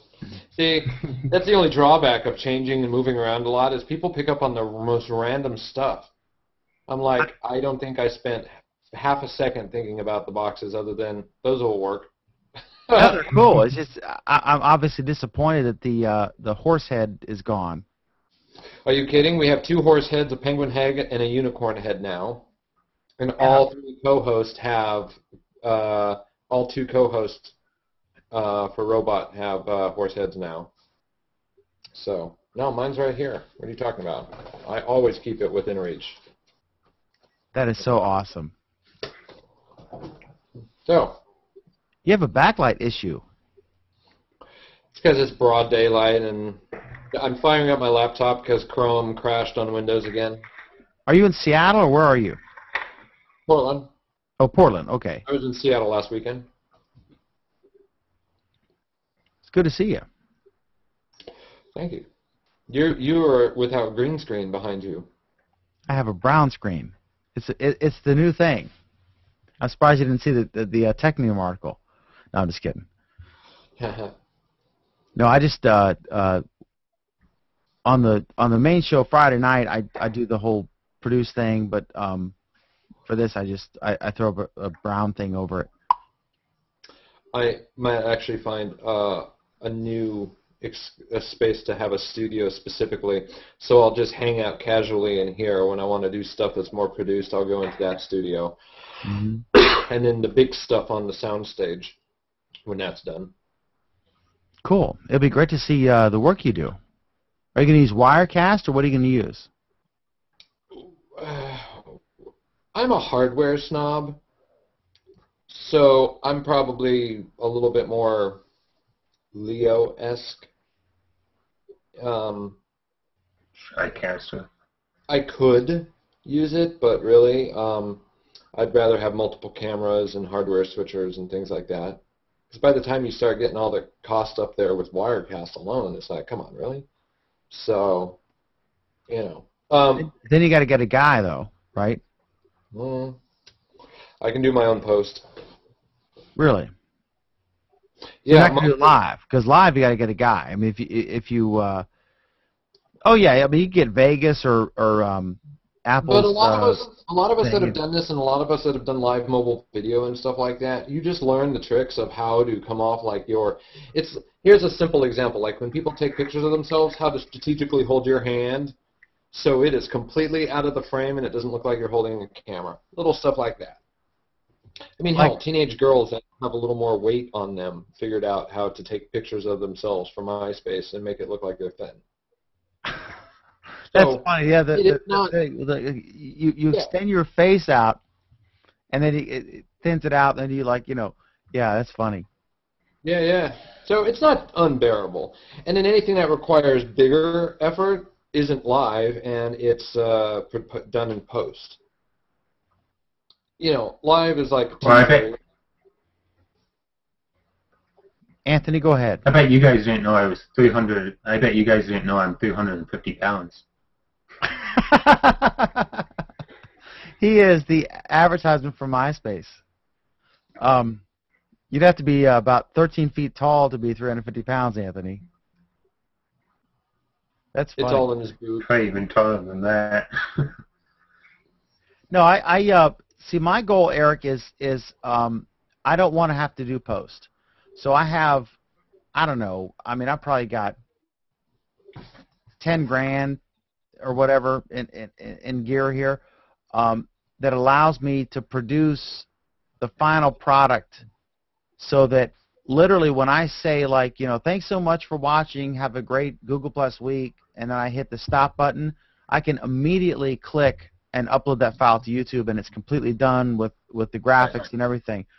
I don't have to spend, because when I have to do a post, if something crashes and I have to like steal the Justin feed and doctor it up, it's like noon the next day before I get it done, instead of an hour later. That's to a certain extent the business. I mean, I guess you choose where you want all of your work to go.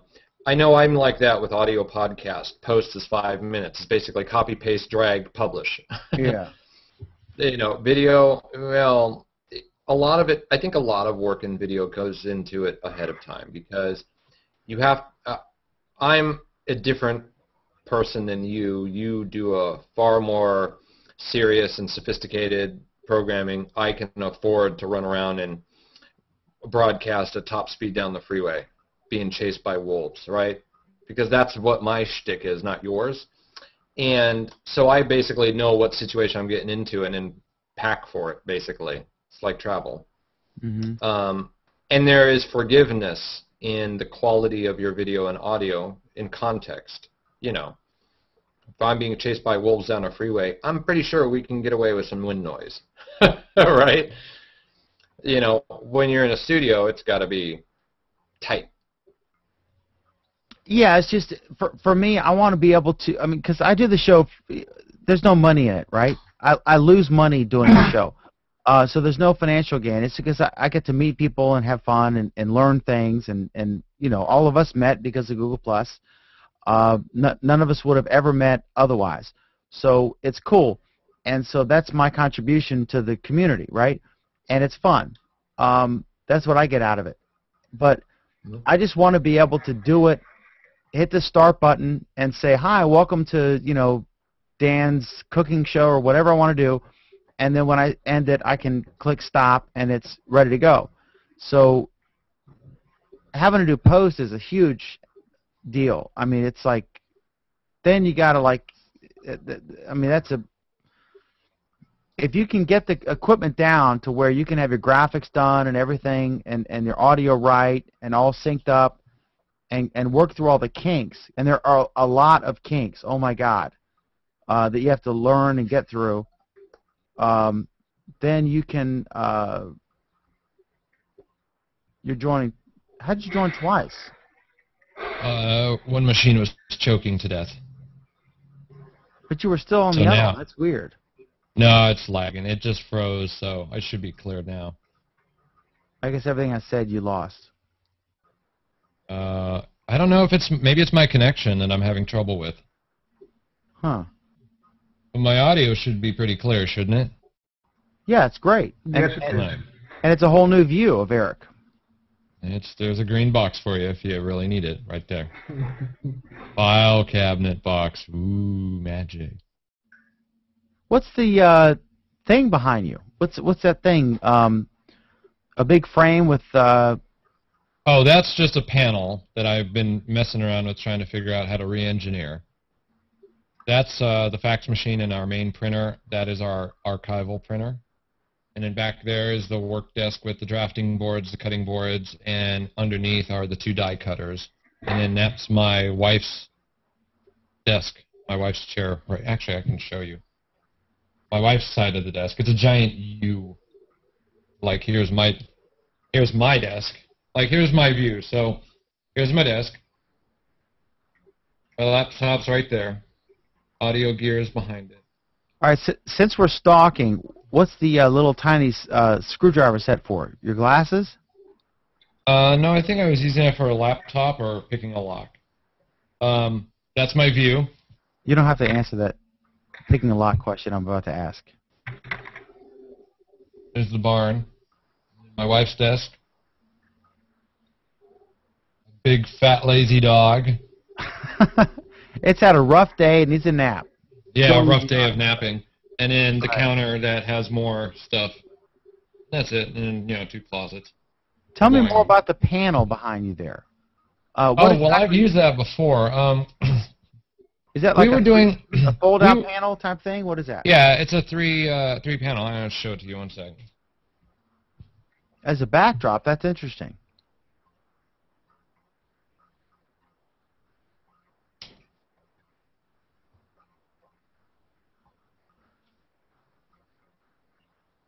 That's very cool. Yeah, almost. Yeah, I was kind of bouncing around with this, and I had it in different places in the room. Because it is hard plastic, we were doing a lot of testing with splashing of light. We do a lot with lighting and backlighting, throwing. I need to actually see how I can project things on it using a projector. Lighting it from behind, doing silhouettes. It's just basically going through the paces of every possible consideration. This is just just simply a room divider from IKEA. So I just bumped into it. I turned a corner, bumped into it. I'm like, ooh, I could use that. But yeah, just seeing how light responds to it, projections going on through it, silhouettes from behind, logo casting, things like that. I don't know if you've ever seen Langley's setup, but he's done a lot of light stuff, and he's got lots of junk. It's kind of like being in a junkyard. He's got the big acoustic foaming. We throw the logo on that. My other co-host is actually remodeling his studio. He ripped down paneling and is putting up drywall. And, we're working on different things. How can you use a small space for multiple camera angles? Now, I got all the space in the world. So in fact, that's more of a curse than it is a blessing, because you're like, oh, my God, I have so much space, I can't get my crap together. But I try and practice small-scale studio things here. So it's like, how can you put a desk in a certain position so you can get 3 different camera views out of it, when you obviously have the equipment and stuff to do it. So, yeah, I do a lot of R&D with this stuff to really see what can be learned. And if somebody sees something that we do, if somebody sees something that we want to do, by all means, steal the idea. So I think we have a couple of people who use that exact same screen from IKEA. My advice to you, having experimented with my own screens, would be to get 2 of them and take black duct tape on the other side to mask the light as you join them, and move them back. Because if I look at you, I can see where the hinges are and stuff. But if that were just the key is space between you and the background. And normally this was all the way across the room, all the way behind the room. But it's tricky when you're dealing with just these high-def webcams, because you don't have a lot of real control. None of this software BS where you're like, look at me zooming in.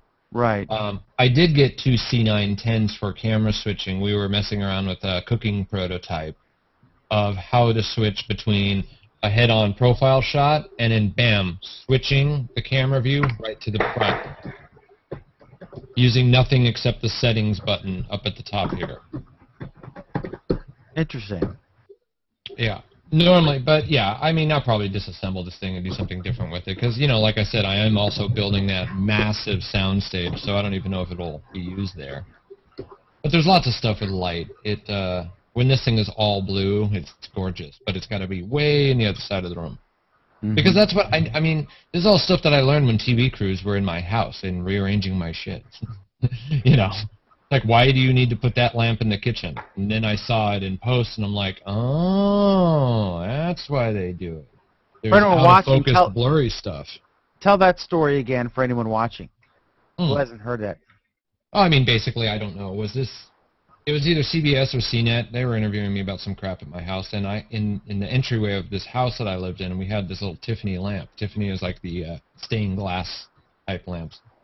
And they took that, and the house was actually a U, and my living room was right as you came in. So I could sit in the living room to do the interview, and you could see all the way diagonally through the house towards the kitchen. And they took that lamp and they trotted it out all the way over by, like, phone, right, where the dishwasher was, clear on the other side. Well, what happened is that it provided interest in color in the background that was so far away they could easily go out of focus with it. And when you start noticing how interviews are conducted and things like that, you see that that type of thing done over and over and over again. You know, we can learn a lot from our forefathers, as they can also learn from us going forward, distribution models and things like that. Not beating up your customers when they want to reshare your crap. Mm-hmm. How long did they tape you, and how long was it on? My experience was an hour and a half with ABC. It was for Good Morning America, and I was extremely nervous, panic-stricken. I mean, I was like sweating, like, oh my God. And it was about 10 seconds on the channel, and it was a good hour and a half with them. What was your experience as far as the time invested versus the actual airtime ratio?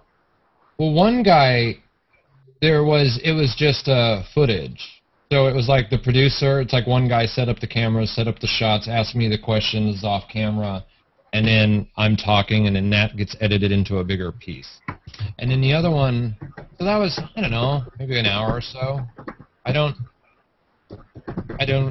recall paying attention to it. A Fox affiliate, probably about the same, an hour. The longer one, sat down with David Pogue from CBS and New York Times, and that was that probably was a couple hours, mainly because there was much more interviewee stuff.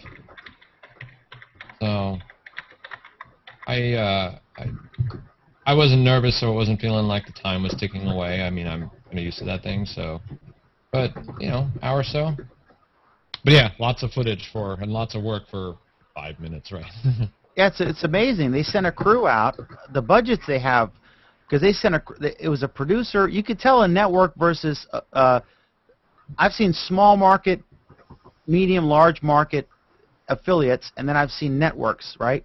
And when I do like a talking, like when a news event happens, and I'm the local guy, and they talk to me.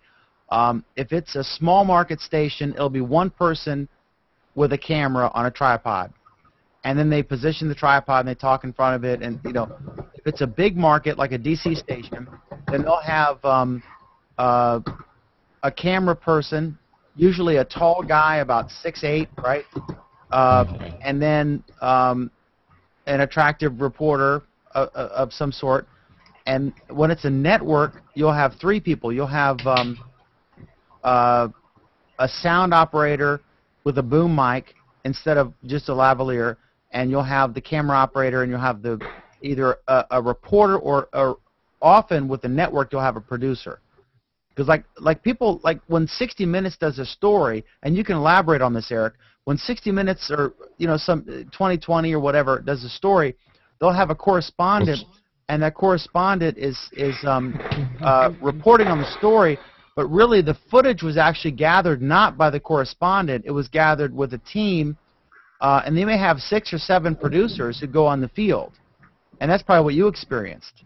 So you want to elaborate on your experience on dealing with network television and what it was like versus compare what you saw with what was actually on the screen and the image that was presented there, because that's interesting to people. One was just one dude, and the other was 2 dudes, the host and the crew guy. I don't remember if the CBS guys were 2 or 3. Maybe it could have been 3, but I want to say it was only 2. I've also got I have friends that work in media, and they'll just go out with a truck and capture all the footage and stuff, and it gets sent back over the air to be edited by the online editors. Online meaning a different thing than connected network online. Yeah, it was actually really simple. Now, as far as the final product,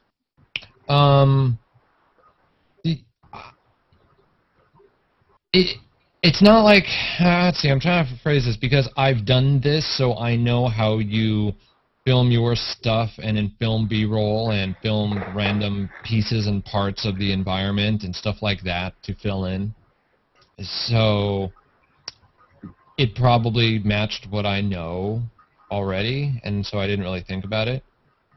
The only thing that I think I would probably notice is if something tragic happened, and I would then see the treatment of how they do, like, bad guy, innocent victim, puppy dog, bad guy. There's like a certain pattern and a rotation for our news for how to really make the most impact with the viewer. You know, there's a certain order, which I'm not really clear on what it is, but yeah, it's, you know, you use the puppy dog and the kid pictures, and then you show the bad guy, and you know, all the stuff with the Trayvon Martin case is totally textbook.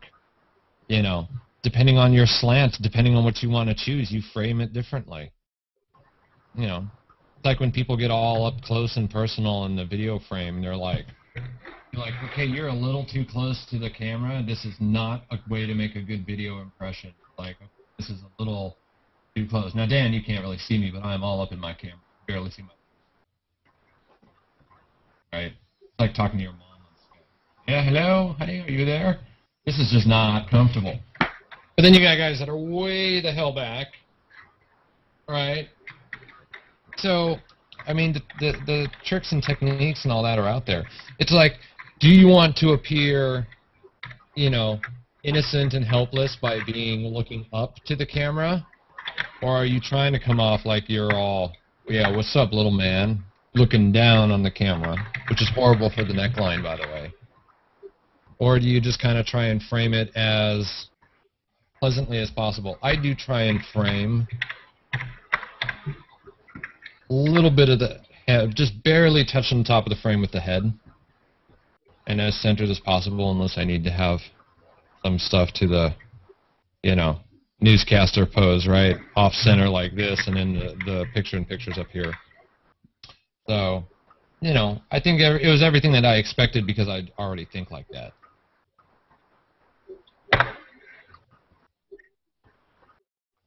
Yeah, it's fascinating the resources that they put into these things, and the money that they have to send, you know, 2 or 3 people out, and they'll spend a day with you, and it'll be 5 seconds on the final broadcast. Yeah, that's what shocks me. I mean, just the amount of money and resources they have to compile these things, and then they get spread out. So, you know, hopefully they monetize it and it works. But it's amazing. I mean, like when we have a big story break. And you know, I get the call, then, you know, you meet them wherever, and there'll be like this, you know, $1 million van with all this stuff and this crew, and they're spending all this time, and I'm just thinking, like, you know, these people, I mean, they're spending a fortune. Plus, it freaks out your neighbors. Huh? It freaks out your neighbors. The news van rolls up, the satellite thing goes up. They're like, "What the hell happened over there?" George asked a question in chat. He asks, what do you get out of being on G+? What is the payback? I am probably the most obnoxious person to ask that question to, because I'm fair. I don't buy into the, I've left Facebook, I've moved, look at my G+ pin. No. All new products that are social in nature are like little miniature nightclubs, little discotheques. And everybody goes to the new it thing, the new in crowd, the new in club. You want to show up, you want to be seen. And then when this place becomes dull and uncool, you move on to the next one. This cycle has proven itself to exist over and over and over again.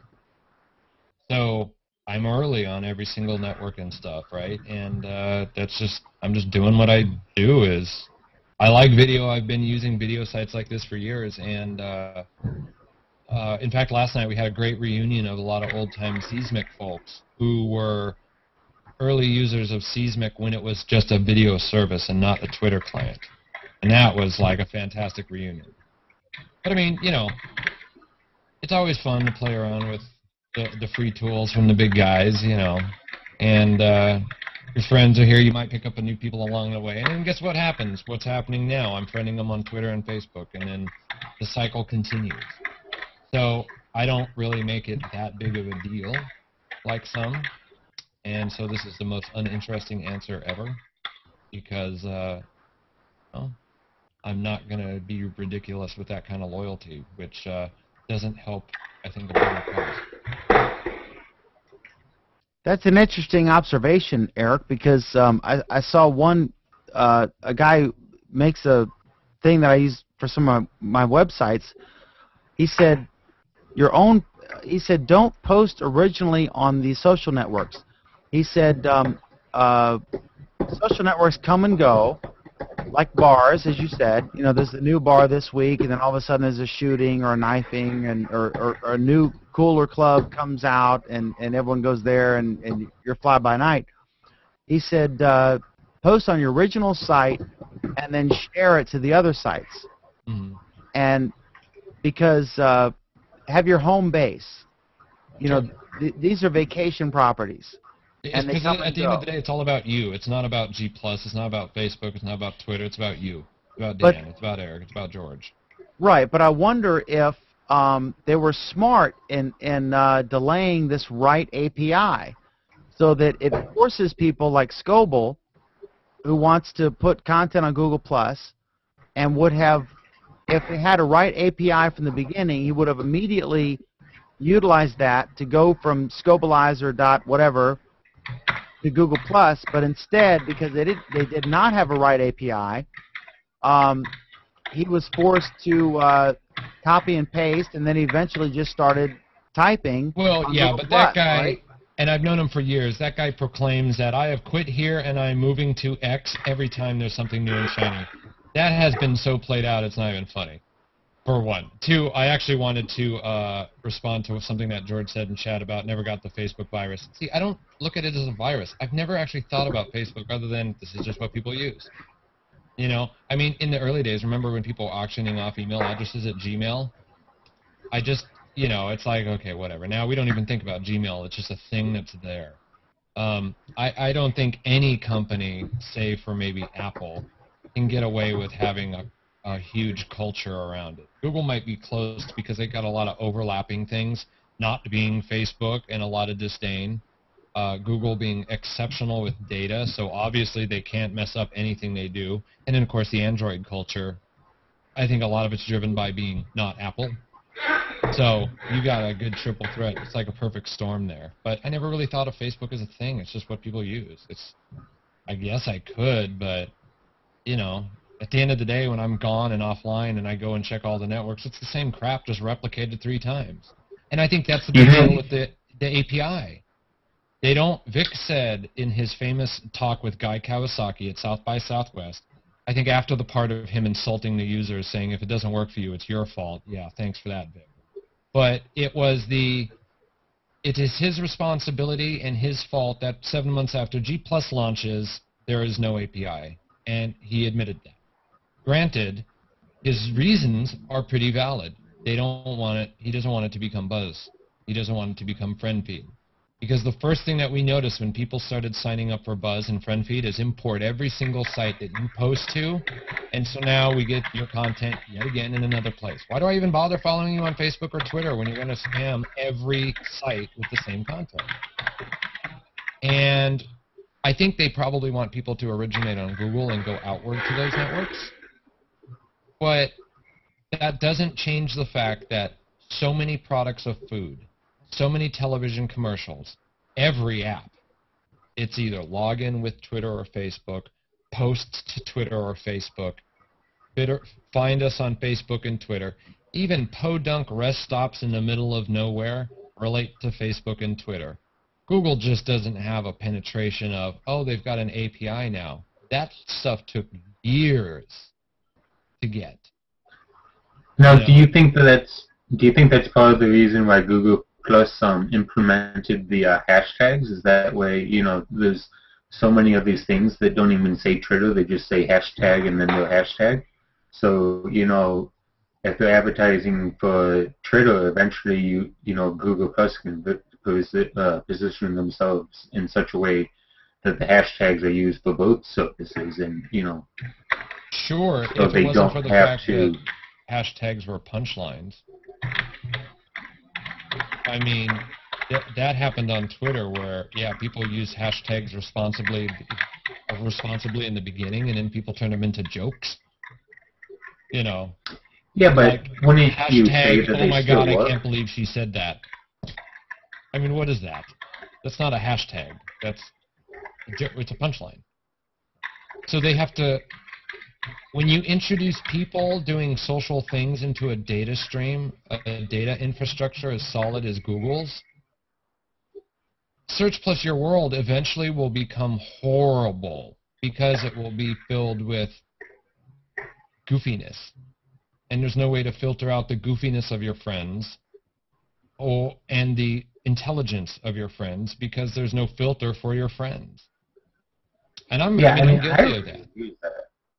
Like, I don't see the point. Like, you know, when I'm doing a search, if I can't find it on, quote unquote, the internet as opposed to from something that my friends randomly posted, then I can't imagine why my friends would, you know, have the answer to the question that I'm looking for. Yeah, and God forbid you have sarcastic friends that are making fun of crap. You know, I actually did try to use Search Plus My World to find something that friends posted, and that was just as bad as trying to find content on the internet without my friends' 2-cent commentary. I'm like, I know how to search, but now we've got all this fuzzy data. And I mean, I know you look at my stream, and I'll be completely honest. I'm an a-hole and intelligent, but you never know when. And they don't have a structure like Pinterest, not by the visual medium, but by the categorization medium. If you don't want to see my World of Warcraft post, but you want to see my 4-wheel drive post, you can't do that. Not unless a third. So do we need labels on posts? Huh? Or categories? Sure. If we could just take the discipline to do just a teensy thing. That's why the boards work on Pinterest is I don't have to subscribe to a single lolcat. But I can follow the information from other people who are the worst offenders of posting these memes and lolcats. You can take all the bacon and all the cat and all the, you know, everything and shove it over there in the corner and I don't have to see it. But I'm really interested in your views on this, on sports, on architecture, or football but not hockey, or hockey and not football, right? It's not difficult. It's just organizing data. That way you can subscribe to part of an individual. Because go ahead.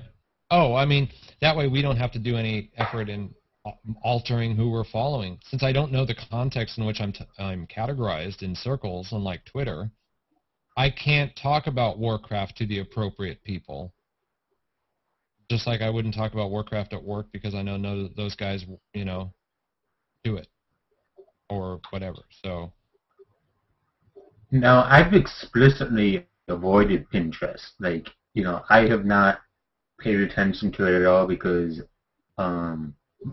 you know, I just don't want to get myself wrapped up into another thing that I may or may not be using. Well, not me, but that everyone may or may not be using in 6 or 12 months from now. Should I check it out?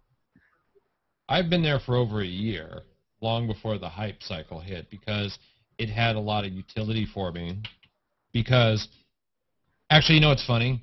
The porn version of that site launched, not from the company themselves. But what was funny, I'm like, every guy that doesn't get Pinterest could see the porn version and immediately get it. Because you can probably see 7,000 pornographic images just by scrolling your mouse a few times and immediately visually recognize the things that are appealing and not. Because you're leaning back and seeing a mosaic of 12 things at a time, and your eye just, boom, sees what you like, and you're just sort of like, send over there. You can't do that with a list of links. But that's about where it ends, right? Well, I think it's worthwhile if you're into the space to get an understanding of the board concept, which is I publish things, and all I got to do is give it a category. Not a hashtag, but a category. So my category for Jeep is Jeep stuff. My category for nerd stuff is probably some Star Wars, Star Trek thing. My category for architecture is, guess what? It ain't HDR landscapes of sunsets. It's freaking architecture. Now, some of those topics may be of interest to you, and some of them may not. So in every other network model, you have to subscribe all or nothing to an individual. But you don't, but that's like so drastic. If I could just put forth a little effort and say, look, this is 4-wheel drive and truck posts and this is architecture, you're like, well, I have a bicycle because I live in the city. I don't care about his car stuff, but I am really interested in his architectural stuff because that's kind of his area of study. So you can follow that. So it's good for that. I don't know, it all depends what your interest is. Go find a couple people that you know and you really like and look at all of their boards and go, if I was to subscribe to part of these people, what would it be? So it's kind of like circles in reverse. Like circles on Google Plus, but in reverse. Yeah, it's a visual board. It's if you ever clipped anything out of a magazine and tacked it to a wall so you could lean back and look at it, right? It's a utility first, social second, and that's why I never really look at it as effort, because it's for me. It's not for you. You happen to be looking at my board of stuff that I've pinned up there on the wall, and it's useful, and you want to collect some of that stuff for your own scrapbook of information, cool. I don't care. Not my problem. But it's still, at the end of the day, that board is for me. I have to build crap at my house, and, I always am clipping DIY stuff. Or my wife will post something on her boards, and I'm like, yeah, I'm probably going to have to build that. I might as well pin that to my honeydew board, right? It's just, the combinations are endless. Or hell, you just want to look at pictures of guns. I don't know. You search for guns, and you'll find billions of them. All visual. It's like Google image search. But you're curating the best of it. Hand-picked image search. It's interesting. I've used Pinterest. I've gone there a few times, and basically I consume. I don't post. So I use it in the same way that a lot of folks use Twitter, where they typically follow more than they actually post anything on there. Mm-hmm. But you're using it. You're actually using it as intended, and putting out your own stuff out there for whoever wants, is interested to look at it. You guys read the story of how it was created, right? I have not. It never started out as a pin board. It started out as this kind of app for women to make notations of things that they were looking at when they were out and about shopping, if I remember this correctly. I could be messing it up slightly. And it turned into something a little bit bigger where it's like, what if I could actually take pictures of the things? That way I have like this little visual scrapbook of things. Scrapbook not in the official capital S scrapbook form, but just, you have a clipping of stuff, Say you just wanted to have a scrapbook of like punk rock show movie, show posters. You do that. And it turned into this much bigger thing, and it actually started in Des Moines, Iowa, and grew out from there. And it, of course, naturally attached itself to the that kind of stay-at-home market. But ultimately, the idea is the same. The whole reason I decided to create a Jeep category for myself was I saw somebody make a visual wish list of stuff he wants for his Jeep, and I'm like, hey, I got a brand new Jeep. I want to do some of that stuff. So then I actually have a Jeep board where I just pin awesome looking Jeeps that I really like. So, and to George's question about circling interesting people or people's interest, well, you know what? I know a lot of interesting people and they post utter garbage.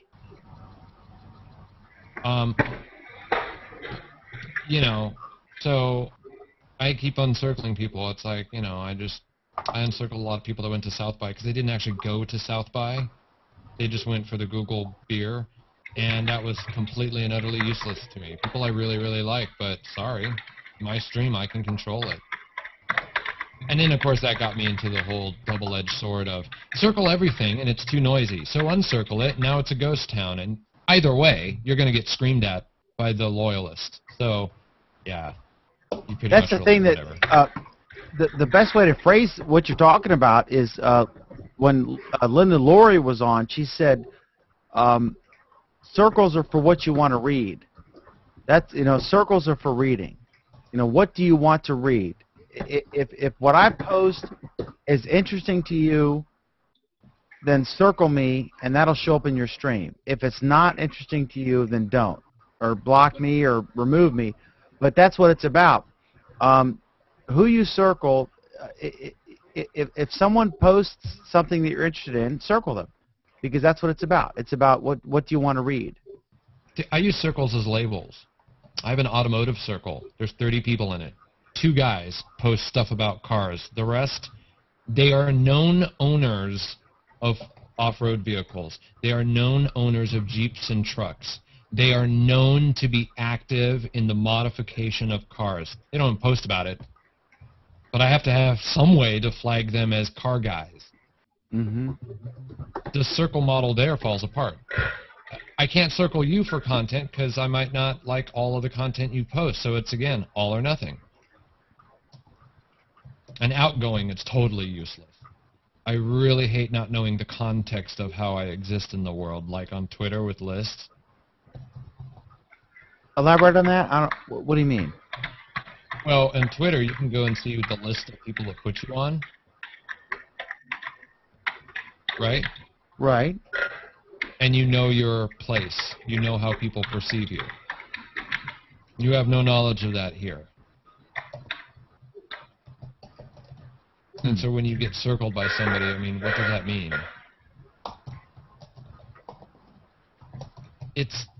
It sounded really, really good at first, and it probably is a good model for an address book, but then at that point, doesn't the circle just become a group? If I have a circle of family, that's pretty much a group. And I have a group, a family group, on every address book I've ever owned. You know.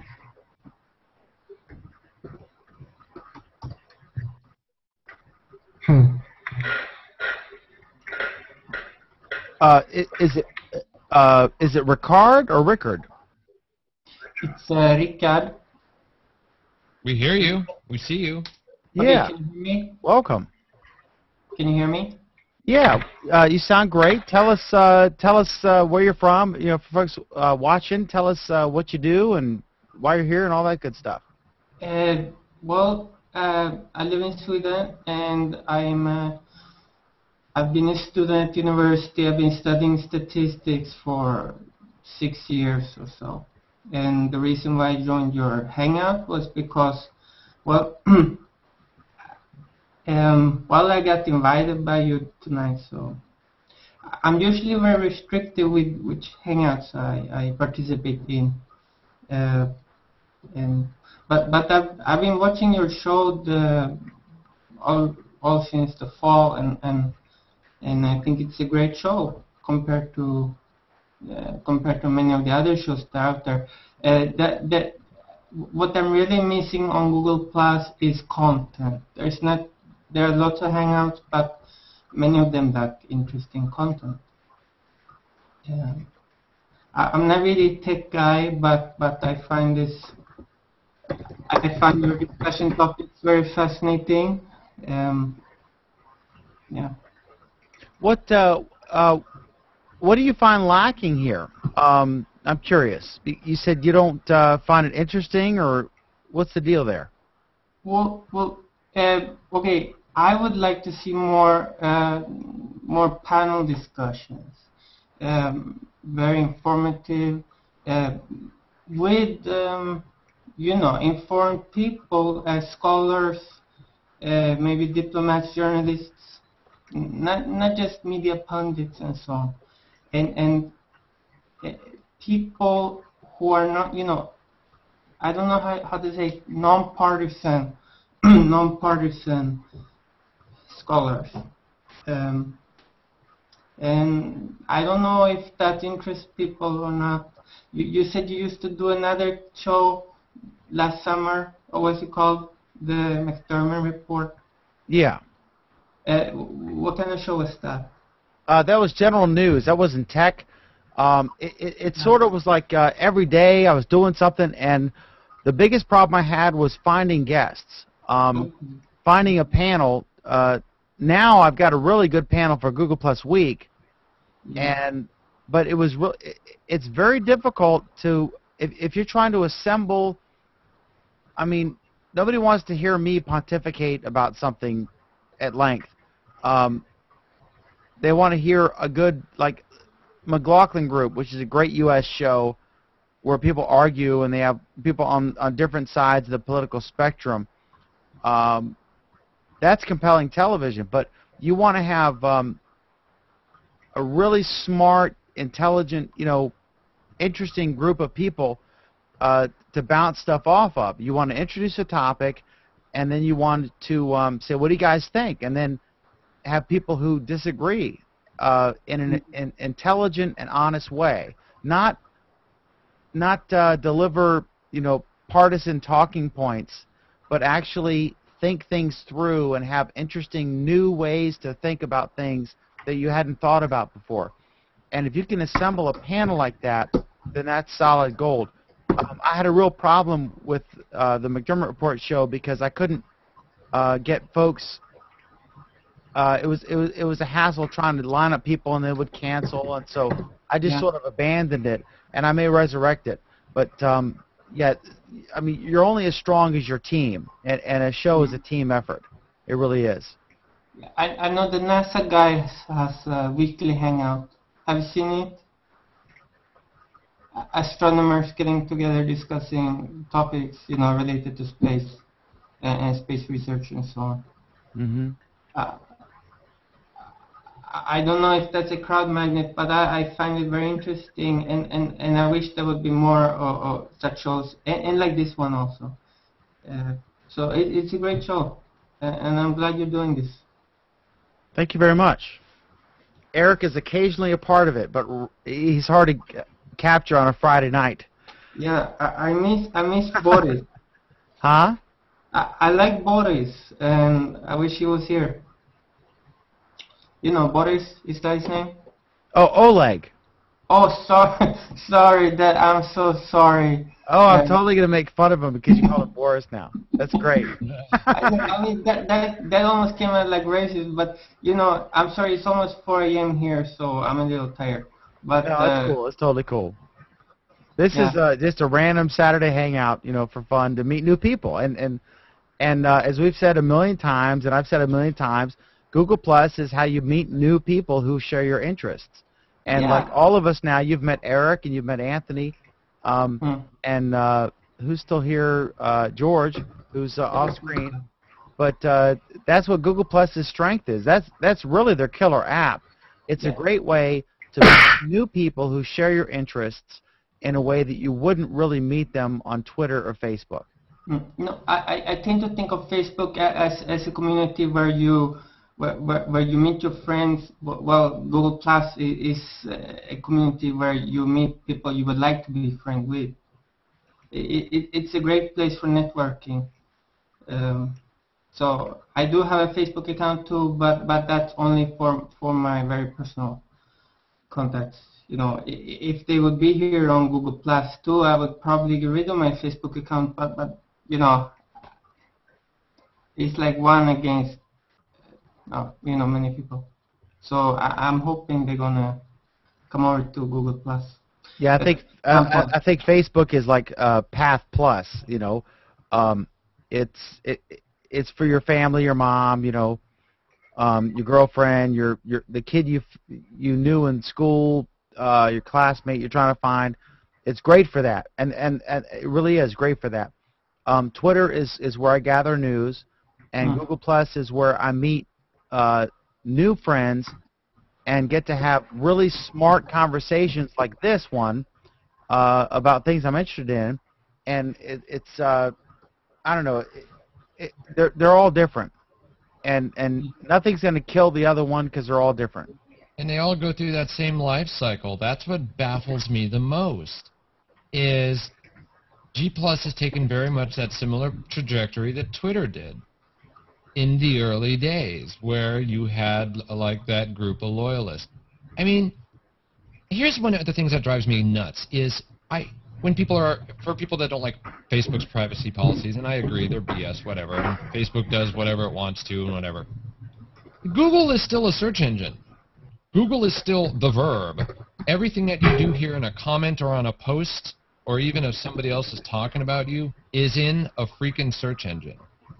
So you have to kind of think of how that looks to an average person.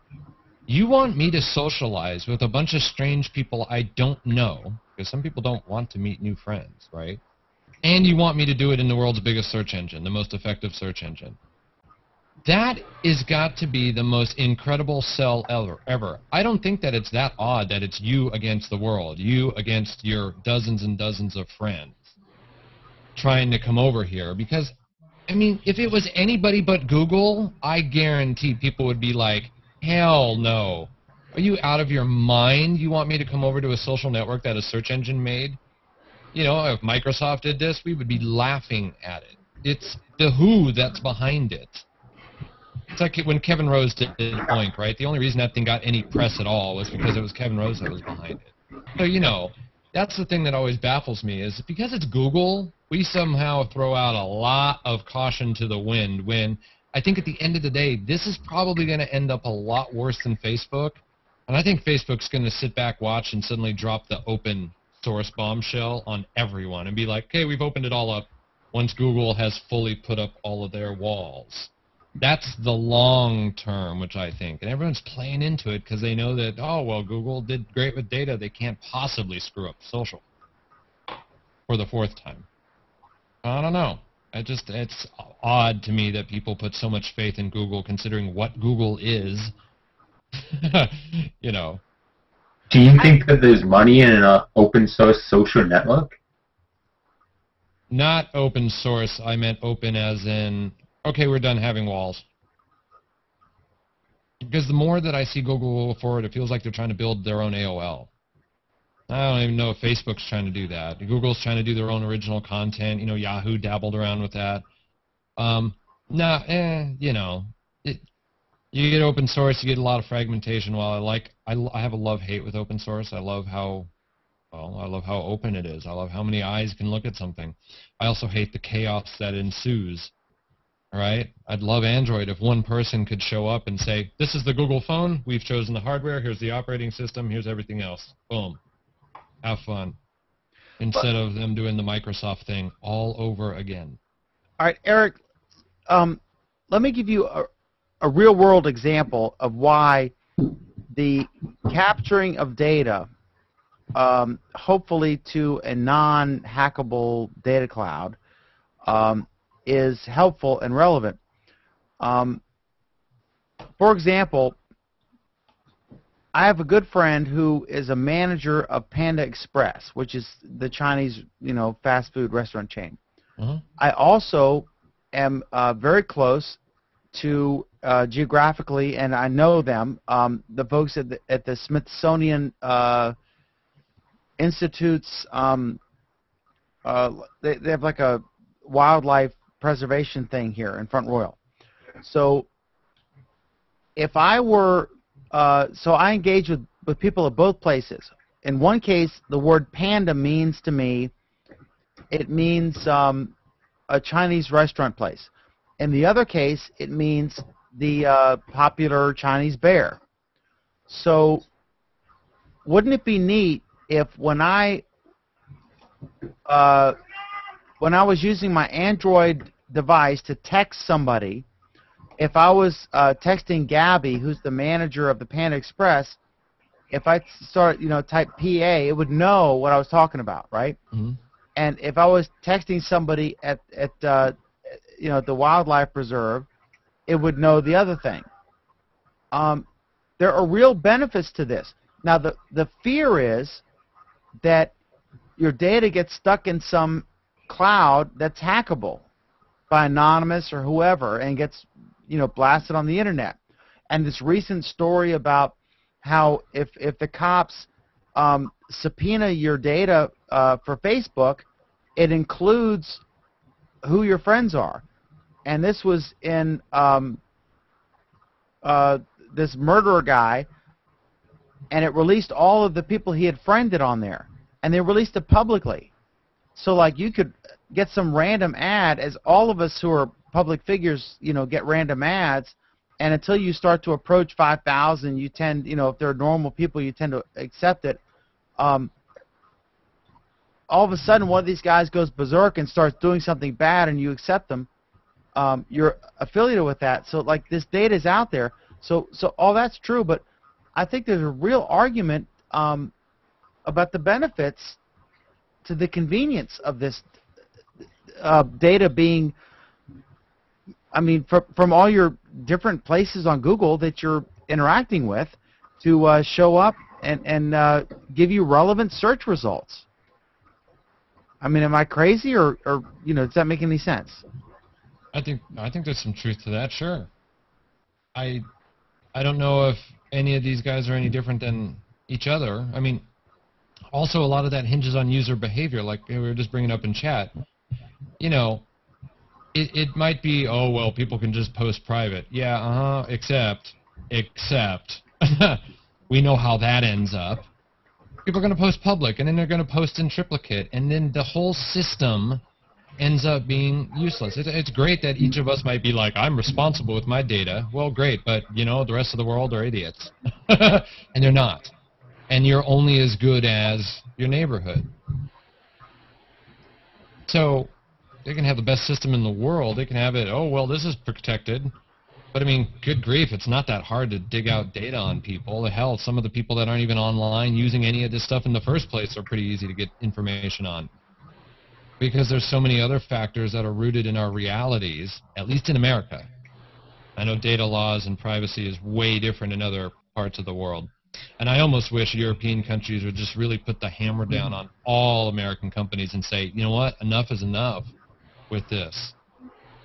But, you know, buy a house, have a kid, see how much information is out there. It's a lot, and it has nothing to do with Facebook or G+. That's another thing, Eric, that you mentioned posting things in multiple places.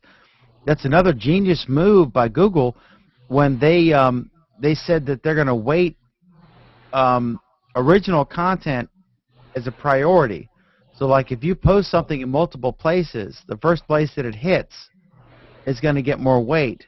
If you duplicate your content in multiple places, it's not going to get the same weight. And so that makes you evaluate, where do I put it? You know, do I put it on Tumblr first, or Facebook, or Twitter, or my own blog, my WordPress, you know, blog? I play the club. I wear what's appropriate for the theme of the nightclub. If that club's always doing 80s night, then I'm probably going to 80s it up a bit. But this club, I need to be a little more dapperly dressed. Exactly. That's why the nightclub analogy is it. Sometimes I will post the same content to all clubs, and I'll just be me. But at the end of the day, I know that these are all rooms to be played to. There is no fundamental difference to me between any of these networks at all, ideologically or otherwise. Text with comments and buttons to like something, hey, that's genius. Which is, by genius, of course, I'm being sarcastic and saying, no, it's not. And the next 12 social networks are going to look exactly like this until somebody like Path, hell, I love how Path does it. Path turned off the public timeline. They turned off links so people can actually, A, stop showing off, and B, start having original thoughts instead of reshare and reshare and reshare and reshare.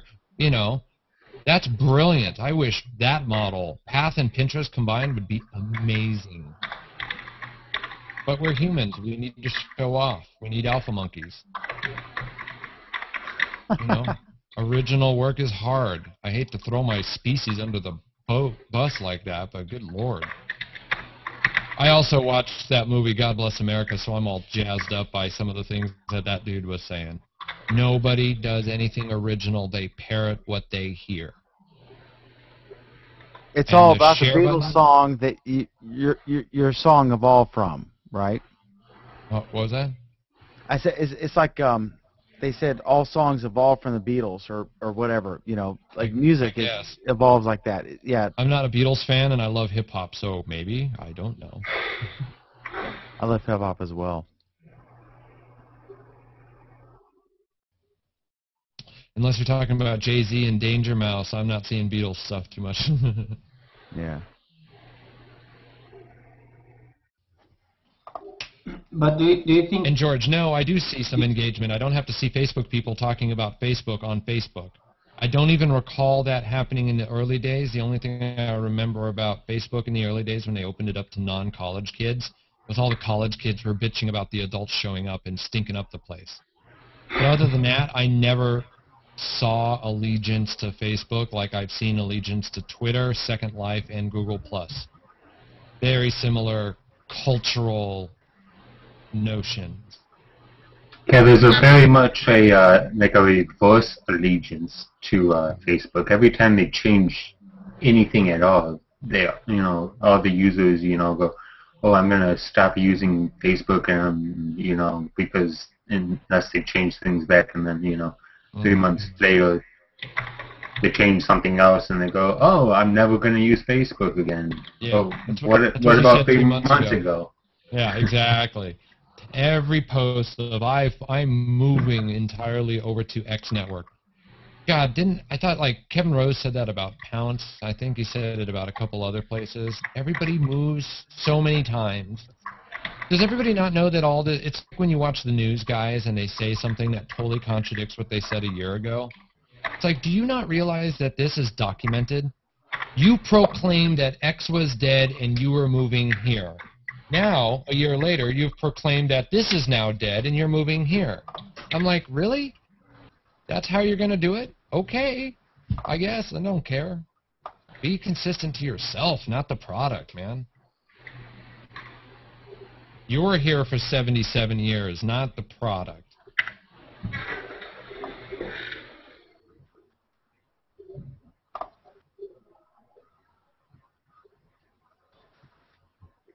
But do you think that Pinterest is going to have some legal issues because much of the content that is shared over there is probably without the permission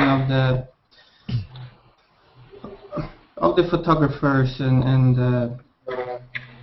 no, the real owners? I don't think so because I think that we've actually had court decisions against the thumbnailing of images to act as hyperlinks. What Pinterest ends up doing is turning every user into a curator of one, an image search engine of one. Everything I click on, now if somebody downloads something from one site and uploads it to the site, yeah, that's a violation. People have done that on G+. There's a bigger issue with that because so many people believe that that is the norm. You ever have kids and you ever see people have birthday parties for your kids' classmates and stuff? They gank crap from the internet all the time, slap it on an invitation. Technically, that's not allowed. The problem is way bigger than Pinterest, but what Pinterest is doing at its core is Google image search, but driven by users. So no, I don't believe that there's any. They could probably size down the images a bit to calm everybody down, but you know, I don't think it's as bad. I see what you're saying there, Eric, and even assuming that Pinterest is operating, 101% legally, do you think that they would be able to fight the big lawsuits from big companies that are invariably going to come, whether they are operating legally or not? You know what that argument is? Hitting YouTube? You know what that argument is? That's SOPA. Remember, SOPA is divided across a couple of very clear lines. The people that were pro-SOPA made a thing. People that were against SOPA were made of users. Microsoft and Apple were pro-SOPA. Google, Facebook against SOPA. That technically puts the photographers on the side of the pro-SOPA people. Just think about it for a minute, because a lawsuit like that can easily get a trigger-happy U.S. lawmaker to apply it to Google image search and Bing and everything else. Now we're starting to screw with much bigger people's business models. So, yes, I believe you're right on paper, but I think the reality of that lawsuit would open up more SOPAs, because that puts the photographers, and remember, not all photographers are created equal. Some totally embrace this type of behavior, and others are like, no way, it's mine, mine, mine. It does, at its most skeletal level, put all photographers and content makers on the side of pro-SOPA.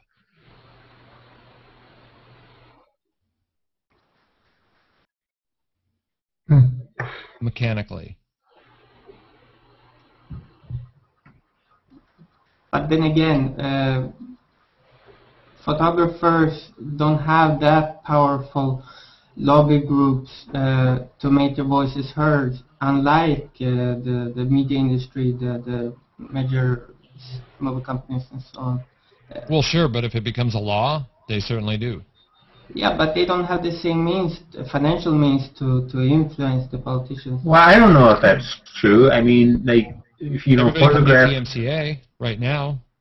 I don't care if you're Warner Brothers or Joe Photographer, you can issue a DMCA and there's a process for it, and that's boilerplate. So DMCA everybody can use equally. Plus, photographers, you know, a lot of photographers are using the internet, and you know, the SOPA thing is entirely, you know, because you can mobilize all these internet users, and you know, become very powerful and much more powerful in the instance of the big media companies. So I don't know if, you know, photographers would not be able to mobilize themselves like you suggest.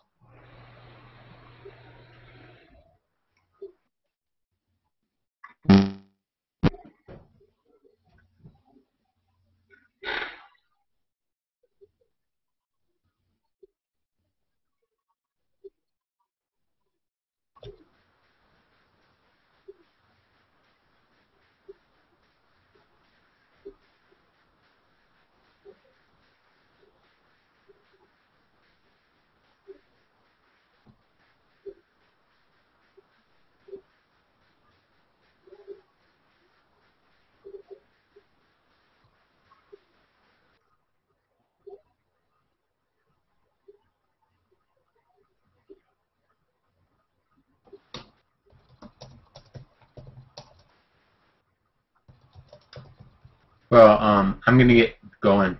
It's nice talking to you, George. Nice meeting you, Ricard. Nice talking to you, Eric.